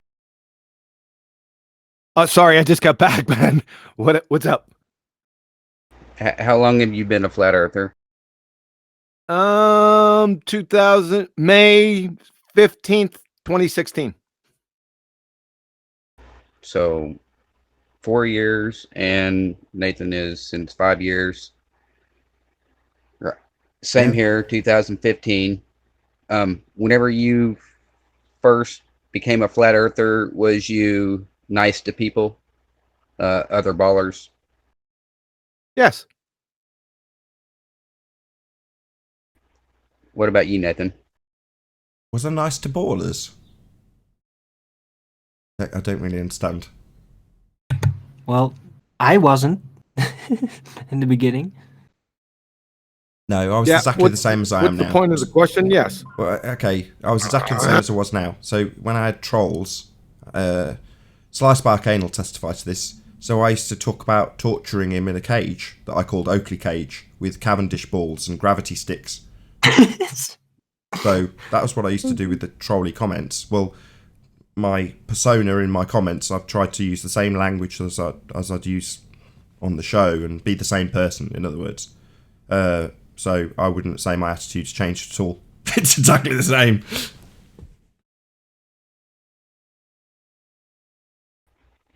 Well, I guess my whole point in asking these questions is because we have a mod in the server, Righteous Force, and he babies these baller trolls. He claims that he's only been a flat earther for 2 years. Hey, we're not talking about this here. Let's talk about this offline. Righteous does a pretty good job for the server, so let's pull this subject off of the main show. I don't mind. No, this is a flat earth related subject, QE. I'm sorry to override you. It is about someone who's not here to defend themselves, but by the same token, this is a worthy subject of discussion because it's come up before with Sleeping Warrior. He's actually here. He's actually here to defend himself. He's in the VC. He's only been a flat earther for 2 years. I keep trying to tell him that these people in the chat, the text chat, and even in the VC aren't here to fucking learn. They're just here to troll and chant. He doesn't see that. I keep telling him, give you another 3 years and you might be able to see. There's got to be something done with the trolling in the chat. Different strokes, mate. Different strokes. Quick. I see that as people sharing their pain. That's them expressing their cognitive pain, often projected onto us. Now, because I don't like it, I don't look at it. So I literally never look at the Discord live chat. When I say post it in live chat, you notice I always ask Righteous to bring it up because he's in there, man, with the freaks and the weirdos. So my point is, it's different strokes for different folks. While I take a very heavy-handed approach, after a time, generally when I listen back to myself, I'm like, yep, that's reasonable. Now, second attempt, that's reasonable. Third attempt, then Monster Nathan comes out because I start getting pissed off after about the third attempt. So, generally, I'm reasonable to a degree. Then I turn into a monster because I get sick of it. Now, other people are much more tolerant. They'll let them talk in circles, they'll let them obfuscate, because it keeps people happy. I don't care about my opponent's happiness. I want to tell them. By the time at the point that they're being stupid, it stops being an ad hominem when you point out their stupidity. No, saying it's a phenomena 4, 5, 6, 7, 8 times is stupidity, and I will say it as such, sometimes with much more blue language. My point is that approach isn't the only approach. And if everyone took that approach, I wouldn't want to be in this arena. Now, I know I'm heavy-handed. That's my nature in this in a debating circumstance when it's permitted by me in my justifiable way, i.e. too many times going over it reasonably. Well, not everyone's going to take that approach, and it shouldn't be that way. And I've got nothing but commendation for Righteous Force and the job he does. Yeah, so I understand your criticism, and from my point of view, let them have it. But not everyone's going to be that way. Sleeping Warriors, going to beg the question and piss me off royally every time he does it, regardless of how much I beg him not to. But it takes all kinds, and the amount of benefit, huge amounts of benefit that have come out of him doing so, cannot be ignored. It's just not my approach. But if it was only my approach, we wouldn't get anywhere. You need a variety. You need different people doing different things in different ways. Some people fuzzying their head. That's what I see him as doing. Stroking their head, going, there. Yeah, let it all out. That's what I see him as doing. That's just it, though. He doesn't see their ignorance as trolling, though. And it even states in the rules, trolling will be banned, and yet the trollers never get banned. Give me an example. That's not correct. An example. Okay, like this fucktard, what's his name? Shit Bob Clusterfuck, I think his name is. One of his names. He keeps asking a question about why we see the sun move left or right, or let's see, yeah. Looking south from the northern hemisphere, we'll see the sun move left or right, and then in the southern hemisphere, looking north, we see the sun moving right to left, and he cannot figure that out. I gave him the answer many fucking but times. that's somebody still Like stuck in 2016, man. Let's just Like, see it. Let's just see you it. you got to let these guys share their pain. It's Hold like on. the star Hold on, rotation. Matthias, so you said you gave him the answer many times. So what was your answer? Well, for one, it's the sun is always going to move, east to west no matter what. He's so stupid and dumb the fuck down that he doesn't realize he's facing north while seeing it move right to left, and he's facing south while seeing it move left to right. And you've laid that out for him in a comment. Yes, many times, and then him being the troll, the stupid troll that he is, he say, "Oh, you never did answer. You never did answer. You never did answer." All right, Matthias, this is where I get you. He clarified his position by presenting a video, and his argument wasn't what we thought it was. It was when looking at the horizon, as the sun seems to dip towards the horizon, it moves left to right or right to left, depending on being northern hemisphere or southern hemisphere. It's a different argument. I don't know, that's the same argument, isn't it? About your relativity to the... You turn around, it's going to do the opposite if you move across the But we're not plane, talking east to west anymore. We're talking, as we're watching it west, dip down towards the horizon. It like slinks either towards the left or towards the right. I just posted his question. He even rephrased the question in the text chat. Okay, can you read it out, please? How is that in the northern hemisphere the sun sets left to right in the sky, while in the southern hemisphere it sets right to left? Let me rephrase it then. Why is it that here in northern Norway the sun sets left to right in the sky, while in Australia it sets right to left? All right, do I gotta come on show to show you guys this? Oh, maybe I will. You got time, Nathan? Yeah. All right, give me a sec. 4 more hours, baby. My wife took the kids to Spanish. Wait. 4 more keep hours. in mind, this shit Bob. Hold on, let's round this out. Keep in mind, this shit Bob Clusterfuck idiot is the guy that Righteous begged to fucking beg to come back. That he was already banned. We're reaching our YouTube fuck limit. Yeah, we are. We only get one. We only get one cunt, 17 fucks, 25 shits, and as many craps as you like. Okay, I'm just going to scrub this video. So when you're ready to present me. Yeah, you're on. Okay, so this is what he means. See how the moon's going from like left to right? And then there's another example where it goes like from right to left. Yeah, we understood that. Okay, I was just making sure. Okay, so that's it. That's all I wanted to show. Oops. Sorry. But that happens because you turned around.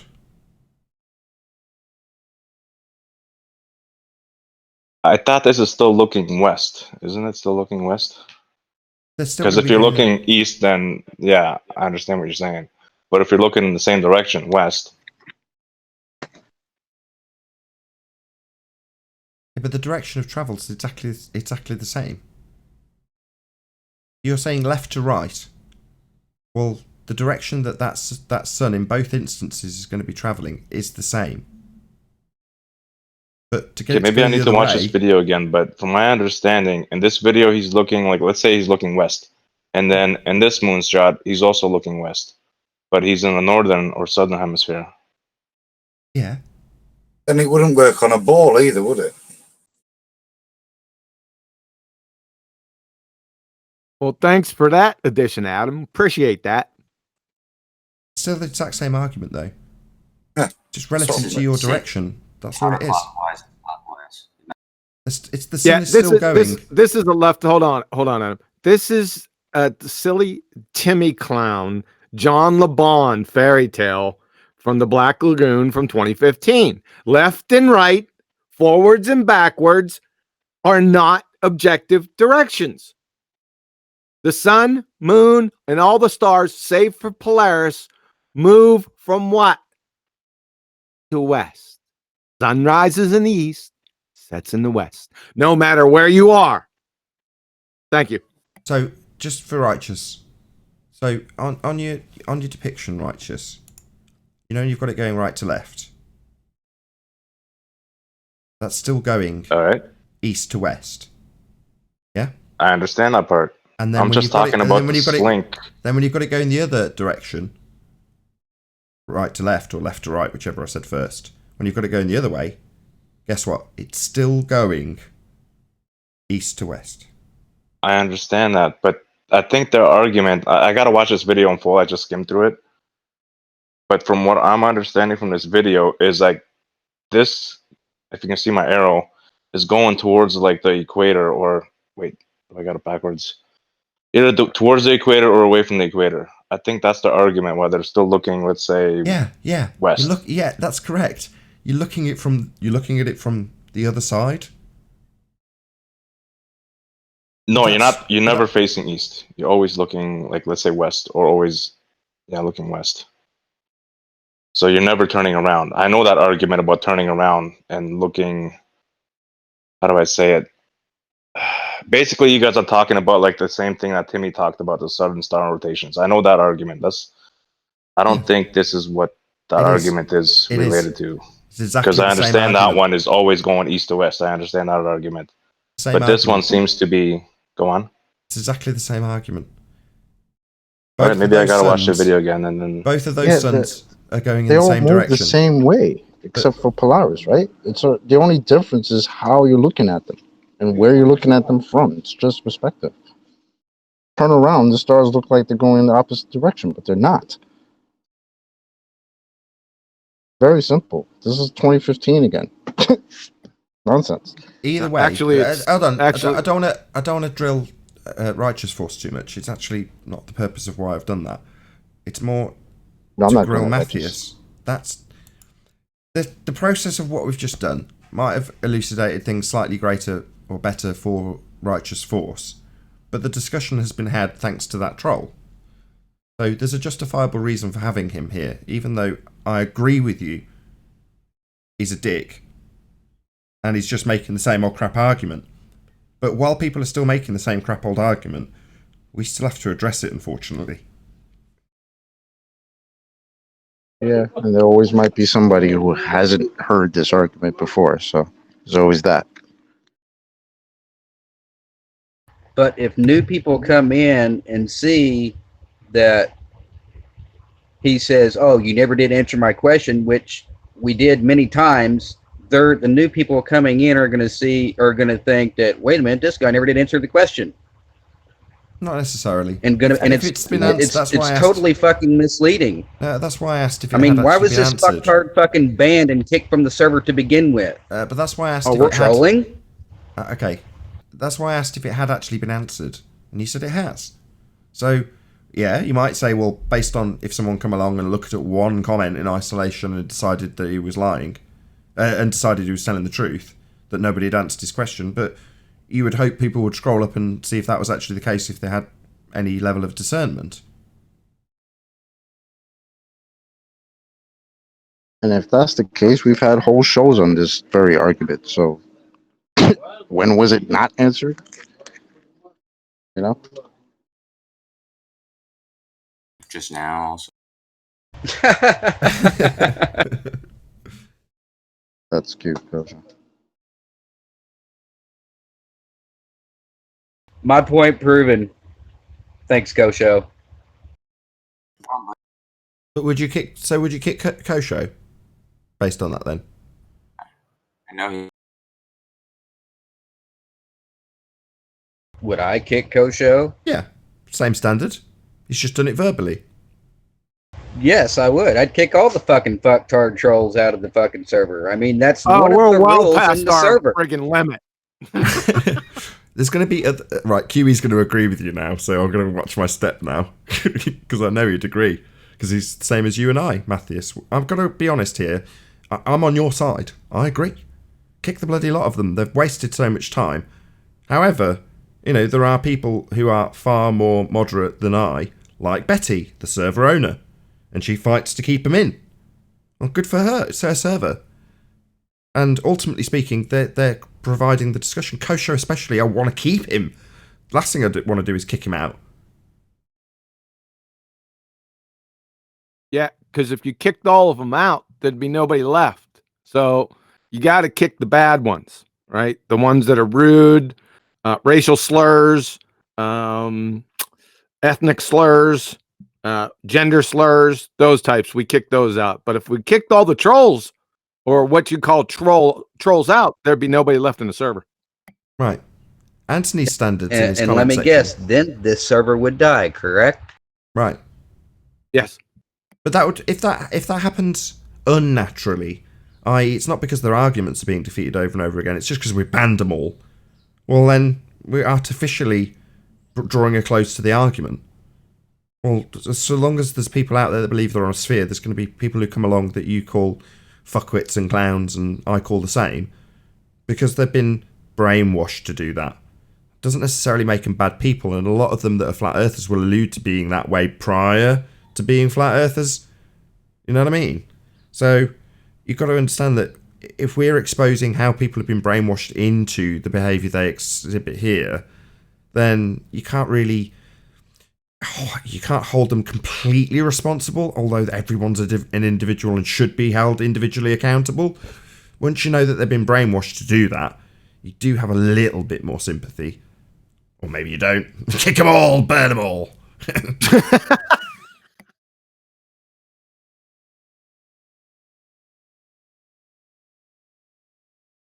All right, To me, it's kind of hard for another to be subject. sympathetic. I think we beat this subject to death. Do we want to switch subjects? Like to any ballers around? Or just let Matthias round out. If you've got anything to add, Matthias, this is your chance. Go ahead. Well, to me, it's hard to be sympathetic to the same people that sit there and lie, to the same people that sit there and claim you didn't give an answer when you gave the answer multiple fucking times, yet, like I said, they're not here to learn anything. They're just here to chant their government scriptures, which most of them don't even fucking agree on. You know, they're adding, like Righteous says, they're adding and removing from their own Bible, so to speak, just so it fits their religion. It's hard to be sympathetic towards these idiots. I mean, So are you saying that yeah. they don't have a unified model? Or a Fair model? enough. That's you've summarised it beautifully. That was your point. We've had the beginning, middle, and end of it. Thank you very much, Matthias. It was worthy of bringing up, and I'm glad we've discussed it. But yes, I would prefer to change the subject. Don't take offence to that. No, all good. I just wanted to bring that up. I wanted to change it back to Professor Dave because we buried that crayon muncher. I mean, literally eviscerated him on what was that Ballbusters episode 17 or 19? Professor Dave, the rumpus soundly, Bob, the pseudoscience fallacy guy, MC Toon, and Al K. That episode is running not this week because we got a live Ballbusters, but the week after. So Dave should have waited for 1 week after. We absolutely pummeled this knucklehead. A friggin' who said he got a bachelor's in chemistry? Adam. Who said that? Adam, right? Do you know anyone with a bachelor's degree in chemistry that doesn't know the second law of thermodynamics? I don't. I've never met them. So Professor Dave, you weaselly frigging clown you. You don't know the second law of thermodynamics. Do we need to play that Ballbusters episode? Clown show? You're half a sissy. I should slap you. Thank you. Which half were you going to slap?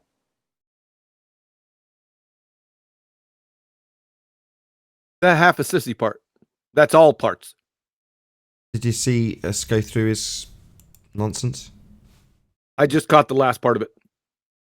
Yeah. Within his opening gambit, thanks to a dude on Discord that went through it with us, thanks to that, we ended up with a string of, I think it was 4 or maybe 5 fallacies as the starting premise for his video. Complete waste of time. There's another topic that's worthy of discussion. Uh-oh. Have you seen Mr. Cheswick's latest upload? No. He's calling out somebody pushing the coronavirus because basically he's saying that you're a troll. Can we keep it flat earth related rather than gossip and beer porn? Such a party pooper. Shut him down. And can I just say that if we'd have had the conversation where we said, can you define gravity first? And it would have stopped there and then, what would we have then done for the next 90 minutes while this guy was arguing for fucking Cavendish? I think it's far more powerful Come on, to correct them on Riley, the you know you were having fun. The old nostalgia of, oh, Cavendish. Cavendish is science. You were having fun with it. Yeah, it's all... it is nostalgia, I suppose, but I mean, they can't use the G word. That's why Kosho doesn't want to use it, because he knows he can't say the G word. Swear word, isn't it? Nathan stole it from me. I was going to tell the guy. Bollocks, I'm claiming that I stole it. Nathan can have the Maybe you should Coriolis. keep up to date. Flat Earth debate. Hey, Chocolate, you're roboting. Drop and come back in, man. Cavendish? Chocolate! Get stuff, John. Drop and come back in. You're chopping.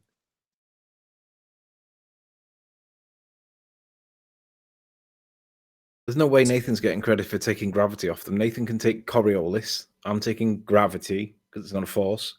Given the amount of shit that I went through for that, I'm definitely claiming it. Oh, really? I'm not claiming any of this. I give it all of the credit to QE. Yeah, but I took more shit than QE did. I'm claiming it.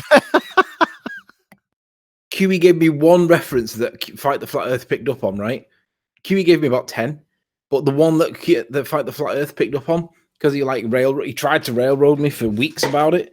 Yeah, it was John that gave me the citation. But because of the shit that I put up with for it, I'm claiming it. I'm sorry, John, you're not having that one. That's too funny. Go ahead. Go on with your bad self then. I earned it. I'm claiming it and I'm having it. I like it when you take the gravity, champion gravity. I do like it. You don't have to credit, right? I'm going to go with Anthony now, and I don't want this to seem disrespectful, but I can't remember who it was, but somebody unreasonably, I think it might have been Arwin. He's here, isn't he? Yeah. Arwin refused to take ownership of an argument, which I don't want to rehash, by the way. But once you make the argument, ipso facto, it does become your argument. So, as much as you could, if you chose to, credit the person who inspired you to utilise an argument, but your utilisation of that argument does, fact, make it your argument. In other words, if you fail in your assertion using that argument, it's not justifiable to then blame the person you got the argument from because they didn't do a good enough job educating you in the argument. You have to take a certain degree, not just a certain degree, ownership, full stop, if you are to utilise an argument. Or to put it another way, if you don't fully understand, as just one example, the Black Swan argument, don't use it. Learn it. Go away and educate yourself on how it actually works and what it actually means. But if you're not clear, don't go around... It's a great analogy. This is from QE as well. So you imagine a chainsaw, shiny chainsaw, brand spanking new, very efficient, very expensive chainsaw designed to chop down enormous trees. Yeah, it's a proper tool. Well, in the hands of a proper lumberjack, you can chop down trees with it very efficiently. Whoever's beeping, on mute, please. Friggin' Anthony. Sorry. So you can chop down trees really efficiently with it. Now that's because it's a fantastic tool and analogous to a fantastic argument like the modus tollens argument. So that's your tool, that's your chainsaw. But if you don't know how to use the chainsaw, you're going to chop some of your own limbs off. Analogous to not really understanding the modus tollens argument, going headlong into a debate, and then suddenly having them tell you how, if the Earth is a sphere, so you already accept it's a sphere, and you don't know what to do. So, yeah, you've got to understand it, otherwise your utilisation of the chainsaw is going to get you killed.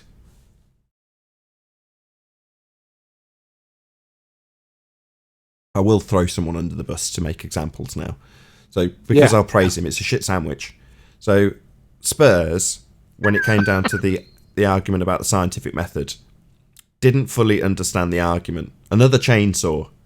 So he saw how shiny the chainsaw was, started to pick it up and pulled the chain and off it went, and he went running around with it controlling him because he didn't really understand how the argument worked. So he'd be somebody would make a claim saying the distance to the sun is 93 million miles, and he'd say, "What's your independent variable?" He'd be like, "Hold on, Spurs, they haven't claimed science." So it got convoluted and lost its impact, and the tree doesn't fall over by analogy. Now, because it's a shit sandwich, by comparison, Spurs 100% understands the modus tollens argument. Just for clarity, Spurs doesn't understand the scientific method argument now. This is way back when. This isn't like to assume that he doesn't understand it now. He does. But the point is that with the modus tollens argument in the form of the Black Swan, he got hold of it, understood it completely, and then set about using it to devastating effect, shutting up fundies left and right, chopping their heads off with that shiny chainsaw. And off they came. You know, Tim Osman was a prime example. Babble, babble, babble. Spurs opens his mouth and says, "Is the horizon physical?" One sentence and he was dead. Literally, from Spurs. One interruption and he killed the conversation. Killed the heliocentric model. In one breath. Because he understood the argument. Didn't have to recite it. Didn't have to clarify with his opponent that they understood the argument. Just used it to devastating effect and demonstrated his understanding by saying, "Is the horizon physical?" to Tim. So, yeah, it's a shiny chainsaw and you've got to really grasp the argument. If you don't pick up that chainsaw, you might get hurt. Yeah, and Tony picked it up a long time ago, and just about 2 or 3 weeks ago, finally has been able to wield that chainsaw. So good on you, sir. I think that the biggest telling argument in this, like, the Black Swan, and I know this is like the bigger picture and it's a little bit like negative, but the bigger picture is simple. The people that are on our side, that are not endorsing this, backing it, pushing it, supporting it, you're exposing yourself as just a divisive nature. You've got a devious side to your ego, because this is an absolute obvious ball earth killer. Obvious. And if you don't get it and you're on our side, we gave you a little bit of leeway for the first couple of weeks because it took time for me certainly to rewire my mind to see how strong this is. But those on our side that are not pushing this, it's obvious by your silence that there's an ego problem. Yep. But that's a good point. I wasn't going to bring that up. I was just going to keep that in-house. But I've been noticing that. I'm making a list. Flat earthers out there that are in the mid levels to higher levels that are not bringing this argument up. There's something wrong out here, people. Absolutely. Massive shout out to Mark Sargent. He gets a lot of criticisms for some of his views and statements and whatever. And you know what? Some of them may be a little bit justified, but on this one, he's absolutely with it. He gets it. He's pushing it, and everybody basically should acknowledge Mark for pushing what is a really good proof. The same can't be said for other people on our side that are of similar caliber. Plus, he brought it up on national television. So, way to go, Mark. So you can say what you want about Mark. At least you can say, at least we can say, give him credit where it's due. Yeah, sure, everybody gets criticized in it, and we don't all get things right. We sometimes get things wrong. But Mark's pushing this, and he absolutely deserves crediting and acknowledging. Mark is an ace and has always been ace. There's no problem with Mark. But we know we're watching you, others out there. Just want to let you know I got a weathered eye on you. And I'm not friggin' impressed very much. You must have some other type of agenda, is what I'm thinking. I haven't pinpointed that down yet because I've been busy. Personally, like, I don't even care. Like, if flat earthers want to use 2015 arguments and still argue about boats going over the horizon when that shit is dead and buried in 2020, well, that's fine. Have fun. I'm not engaging in that argument anymore. You don't have a geometric horizon, ballers, and that's where it is. So, I'm not going back to 2015, 2016. We didn't lose that technology, and it's a painful process to bring it back. Your fucking geometric horizon is done. It's a wrap for it. So, yeah, if somebody else doesn't want to use this weapon, nah, that's cool. More weapons for us. Totally agree. It's not cool for me. Well, it's not cool. No, it's not. That's not what we're talking about. I'm talking about mid-level, higher-level flat earthers that are pushing some type of an agenda because they're not killing these things quick, right? So let's stay in context. Some people don't want to kill it quick. They still want to swim around in Narnia. Maybe we don't swim around in Narnia here. Maybe they don't understand the Nathan. argument. I was just going to say, maybe they don't get the argument, and some people have got a pride issue, i.e. they don't want to seem ignorant in regards to the argument. Other people don't give a shit. That's normally the smarter people. So, like, Red Pill, kudos to Red Pill. He's like, I don't get it. Can you explain it to me? And then, I don't know who, I think it was Anthony, took him by the hand and just explained it. And you're like, okay, at least you haven't got so much pride that you're going to go, oh, I better not tell anybody, I don't really understand it yet. And it's like, well, he's not here 24/7 on these debates. And it was very early days when he pricked his ears up and recognised the importance, but at least had the gumption to say, I don't need it, I need it explaining. And why wouldn't you? No one's going to get it instantaneously just from watching one show. But by the same token, there's plenty of people out there that are too prideful and just go, I don't want to. I just want to address one more thing and then whoever. But Chocolate was like, yeah, well, I don't want to address these. I can't be arsed with these 2015, 2016 arguments. And I completely agree. So when everyone was spamming my comments with Professor Dave, go and address his 10 questions, I only had to glance at the thumbnail. I didn't even have to click on it to know that he was reifying flat earth models, holding up a straw man in false dichotomy. Just from the thumbnail, I knew all of that. And what do you know? That's precisely what it was. Yeah, we spent 15 to 20 minutes at the end of today's live show going through it. But I honestly would never have clicked on it or given it a second thought because they've all been debunked. All of the arguments they're still rehashing. He's just sticking his head in the sand. So my response to all the people spamming the link to Professor Dave was, has he debunked the Black Swan? ? That's all I'm interested in. Has he debunked this argument? Because that is it. That is the end of the heliocentric argument. People don't appreciate how important this argument is. And Professor Dave's no different. The thing I want to add is when Red Pill Philosophy asked, right, I admitted to him that I didn't get it straight away either, because we're not wired to understand it this way in this topic. We're wired to be on the receiving end of criticism, not leading it. So it's difficult for us to be pushing it. But when you understand it, I mean, I had to ask John a couple of times. I had to run it by Nathan a couple of times to get it in my head. I'm pretty sure Nathan will admit the same, and Chocolate will admit the same too. It takes a little bit of time for you to get your head around it. But if you're on our side and you still haven't got your head around it and you Nope. haven't asked, you are I wrong. understood it. You understood it straight away? Well, nah, I don't admit that. I understood the day John let it out. I understood how devastating this was. Oh no, I I didn't expect point. the. I just didn't see how strong it was. Well, I'll say the same. So I thought I would agree with you. So I was saying, oh, I didn't get it straight away. But then John explained that, well, actually, no, I hadn't actually formulated the modus tollens argument when I said it was a bit squirrely. But then he formulated the argument and I got it instantaneously. And I told John, do you realise how significant this is? John, do you realise? That's right. That's correct, because I hadn't formulated it yet when I told you, and you said, it's a bit. You said that exact phrase. You said, it's a bit squirrely. I remember you saying that, and then it was the next day when we went over to modus tollens. So that's the sequence of events. Yeah. Now, I'm not. Remember, I said I was making a list, and that's just my personal list. I'm not going to declare war or any police actions on anyone. Just let me tell you, flat earthers, mid-level and higher level, that are not using this argument. You see, everyone else in the trenches knows that argument and how deadly it's going to be. It's just going to gain more momentum and more momentum, right? So what I'm telling you is, you're digging your own graves all by yourself.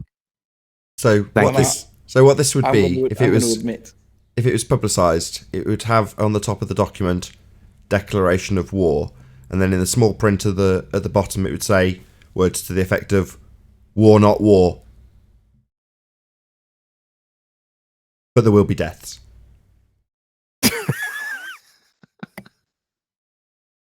Yeah. Yep. Can I just also say that people that I thought were my friends on our side have actually been blocked on my side from me by blocking them.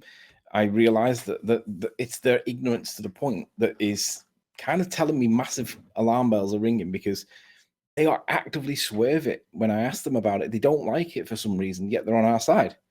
Like, why don't you like it? What's going on? I don't know what's going on, but something hawky pawky's going on. I can tell you that much. Definitely being swerved on our side. I don't get it.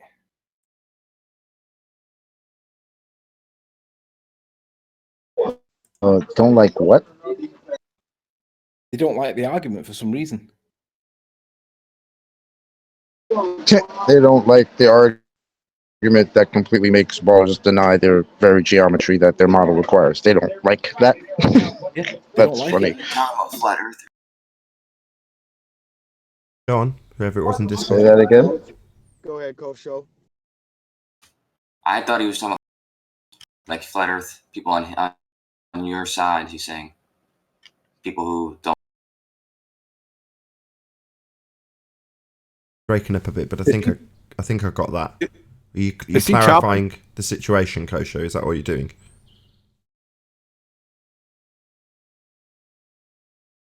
Is he chopping? Yeah, a little bit. I think I got most of what he said, though. I think he's trying to clarify that we're subjectively assuming that people on our own side don't want to promote the argument.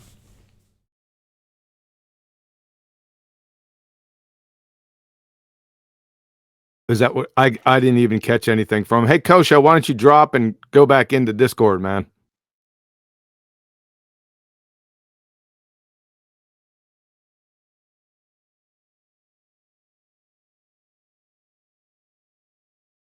Thanks, is that? Yeah, try again. Oh no, I was. It sounded like. It sounded like Anthony was describing other flat earthers who he had to block because of they didn't like the argument or whatever. And I think chocolate, I thought he meant Glovers. So I was just correct. He was. Catch that chocolate. No, I knew that he meant flat earthers. Yeah, I knew he was talking about flat earthers. So I was saying, so you mean flat earthers don't like the argument that's making the baller side completely deny the geometry of their model that it requires? That's funny. That's what I said.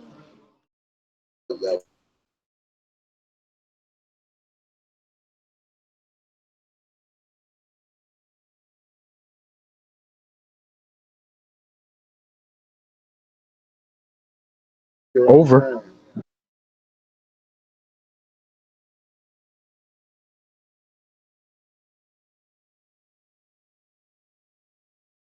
Any response there, Kosho?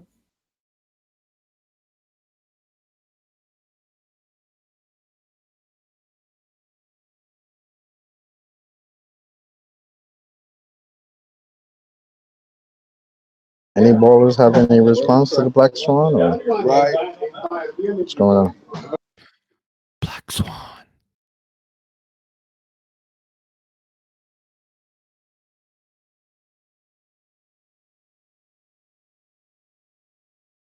Take that as a no.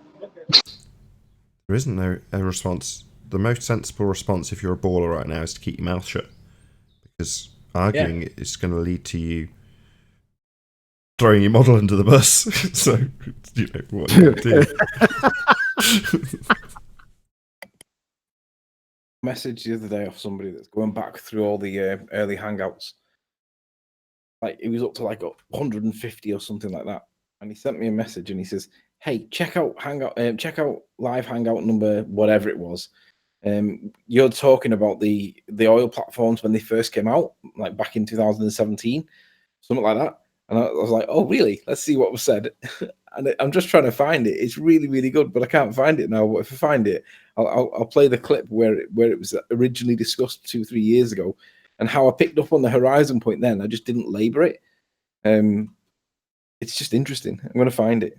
I'm glad you've said that. Great way to round out this show shortly. So, yeah, exactly. Lots of people have seen black swans. They'd picked them up, they'd handled them, they'd shoved them on YouTube and told people to look at them. But they weren't really paid a great deal of attention because of the way that they were put forward. And the fact that we've discussed it back in 2017, BLMSB 69's oil platforms, and even addressed the fact that Horizon's there, doesn't mean we've got a devastating modus tollens formulation that completely obliterates Earth geometry. That came in 2020, January 2nd. So, yeah, plenty of people have seen black swans. They just didn't know they were black swans. We're no exception. Funny how this was done in 2016, and it's not until 2020 that the ballers have reversed their position and said that their horizon is now apparent. Why would that be again? Oh, because there was a certain argument applied to that observation? Could that be what it was? Yeah. For all those that say, oh, this is just another day, everyday thing. Yeah. All right. There's a point back in the debate when we were debating about the Isle of Man where this was what I was aiming for when I originally found... I just went to a random debate and found a random Rumpus quote. So I just looked for Rumpus, found him, and immediately found a decent quote where he basically had to lie to get around his original assertion that things move with respect to the horizon. Anyway, what I was actually looking for, what I was hoping to find, was a part of the debate where we've got the pictures that are on screen now, which is to say the composite images of the Isle of Man, and I'm waving my mouse over the horizon because the reason I'm doing it is because in my mind I want him to explain the millimetre or 2 millimetres of inverted mirage that run the full length of the image. And I'm literally hovering my mouse over and going, what's this? What's this? Talking about the horizon. And there's a stony silence from Rumpus. And then there's an obfuscation of the question he really didn't want to answer. And I remember at the time thinking, I wonder why he got all fussy when I started drawing my line along the... And in my mind at the time it was along the inferior mirage that runs along the horizon. And I rationalised it, thinking he didn't want to talk about the inferior mirage that was there because it's, a millimetre that runs the full length of the image. How devastating. Now, I think very differently. I think... this is so speculative. They know that the horizon is a devastating part of their argument. That the geometry hangs or falls, lives and dies or falls and whatever it is, whatever the analogy, on that particular point, the physical geometric sphere edge. There's even a paraphrasing of that sphere edge to going over Earth curve. And we've got a false model that we're held to task on in the form of our boats going over edges of models that are flat and disc-shaped in space that the Flat Earth Society give. So there's a lot of preemptive attacks in regards to the horizon that are already in place. And the phraseology when they describe their reification is very careful in terms of describing things going over the curve as opposed to over the physical edge of the sphere, over the horizon. Well, I think that's all intentional because this is a linchpin to their argument. The physical geometry and its boundaries, its physical limits, physical being the most appropriate word, are devastating when pointed out. So if you hold them to task on the physical aspects of the geometry that they assert, and they don't work, you can't refract your physicality, you're screwed. It's the end. It's the checkmate move that we just didn't even see when we were looking at BLMSB back in 2017. It's amazing, really. But that's what my main point. It should really make the main point. This wouldn't be the situation it was if it wasn't for QE formulating it into modus tollens. And I've said it before, I'll say it now. Other people have tried, and they've ended up formulating logical fallacies. And when you're doing it with their argument as the starting premise, it's a very dangerous game. Because they can use that to confirm their faulty logic if you formulated it incorrectly, or you actually affirm the consequent. Again, logical fallacy. In this instance, if you've got actual logic that's carefully well thought out, phrased within the parameters of something that they can't move away from in terms of physicality, that would be geometry, then there's no weasel room. It is absolutely sound logic, and there is no escaping it. So, hats off, credit where credit's due. As much as it's always going to be my argument, should I be fighting it, it's QE that formulated it, and he should get credit where it's due. Same for BLMSB 69. I'm sure we mentioned his name and gave him credit for his observation back in 2017. But without sounding horrible or mean to BLMSB 69, this isn't his argument, it's quantum erasers. His evidence was used to back the argument, and he deserves credit for that, as does everybody else who produces a black swan or finds they've already captured one and didn't even realise it prior to now. But the modus tollens argument is the reason geometry's now been debunked. There is no other reason. There's plenty of evidence to go along with it. The Earth's obviously unobservably flat. There's going to be black swans all over the place. But it is the modus tollens argument that's destroyed geometry. So, if there's going to be credit assigned to this, it's got to be assigned to QE.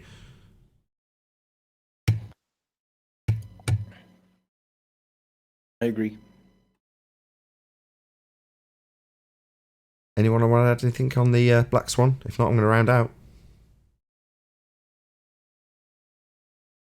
Yeah, rest in peace to the physicality of the geometric horizon. And with that, I'll say another huge, massive, enormous thank you to all of you who did tune in on the Nathan Oakley premiering stream for hopefully smashing the super chat, liking, commenting, sharing, subscribing, and all that good stuff. Be sure to check out nathanoakley.com and the Flat Earth Debate Forum to keep up to date with the community debate. I've been Nathan Oakley, and another massive thank you to today's G+ and Discord panels for making the after show possible. And I'll see you all in the next video. Oh, what a day! What a lovely day!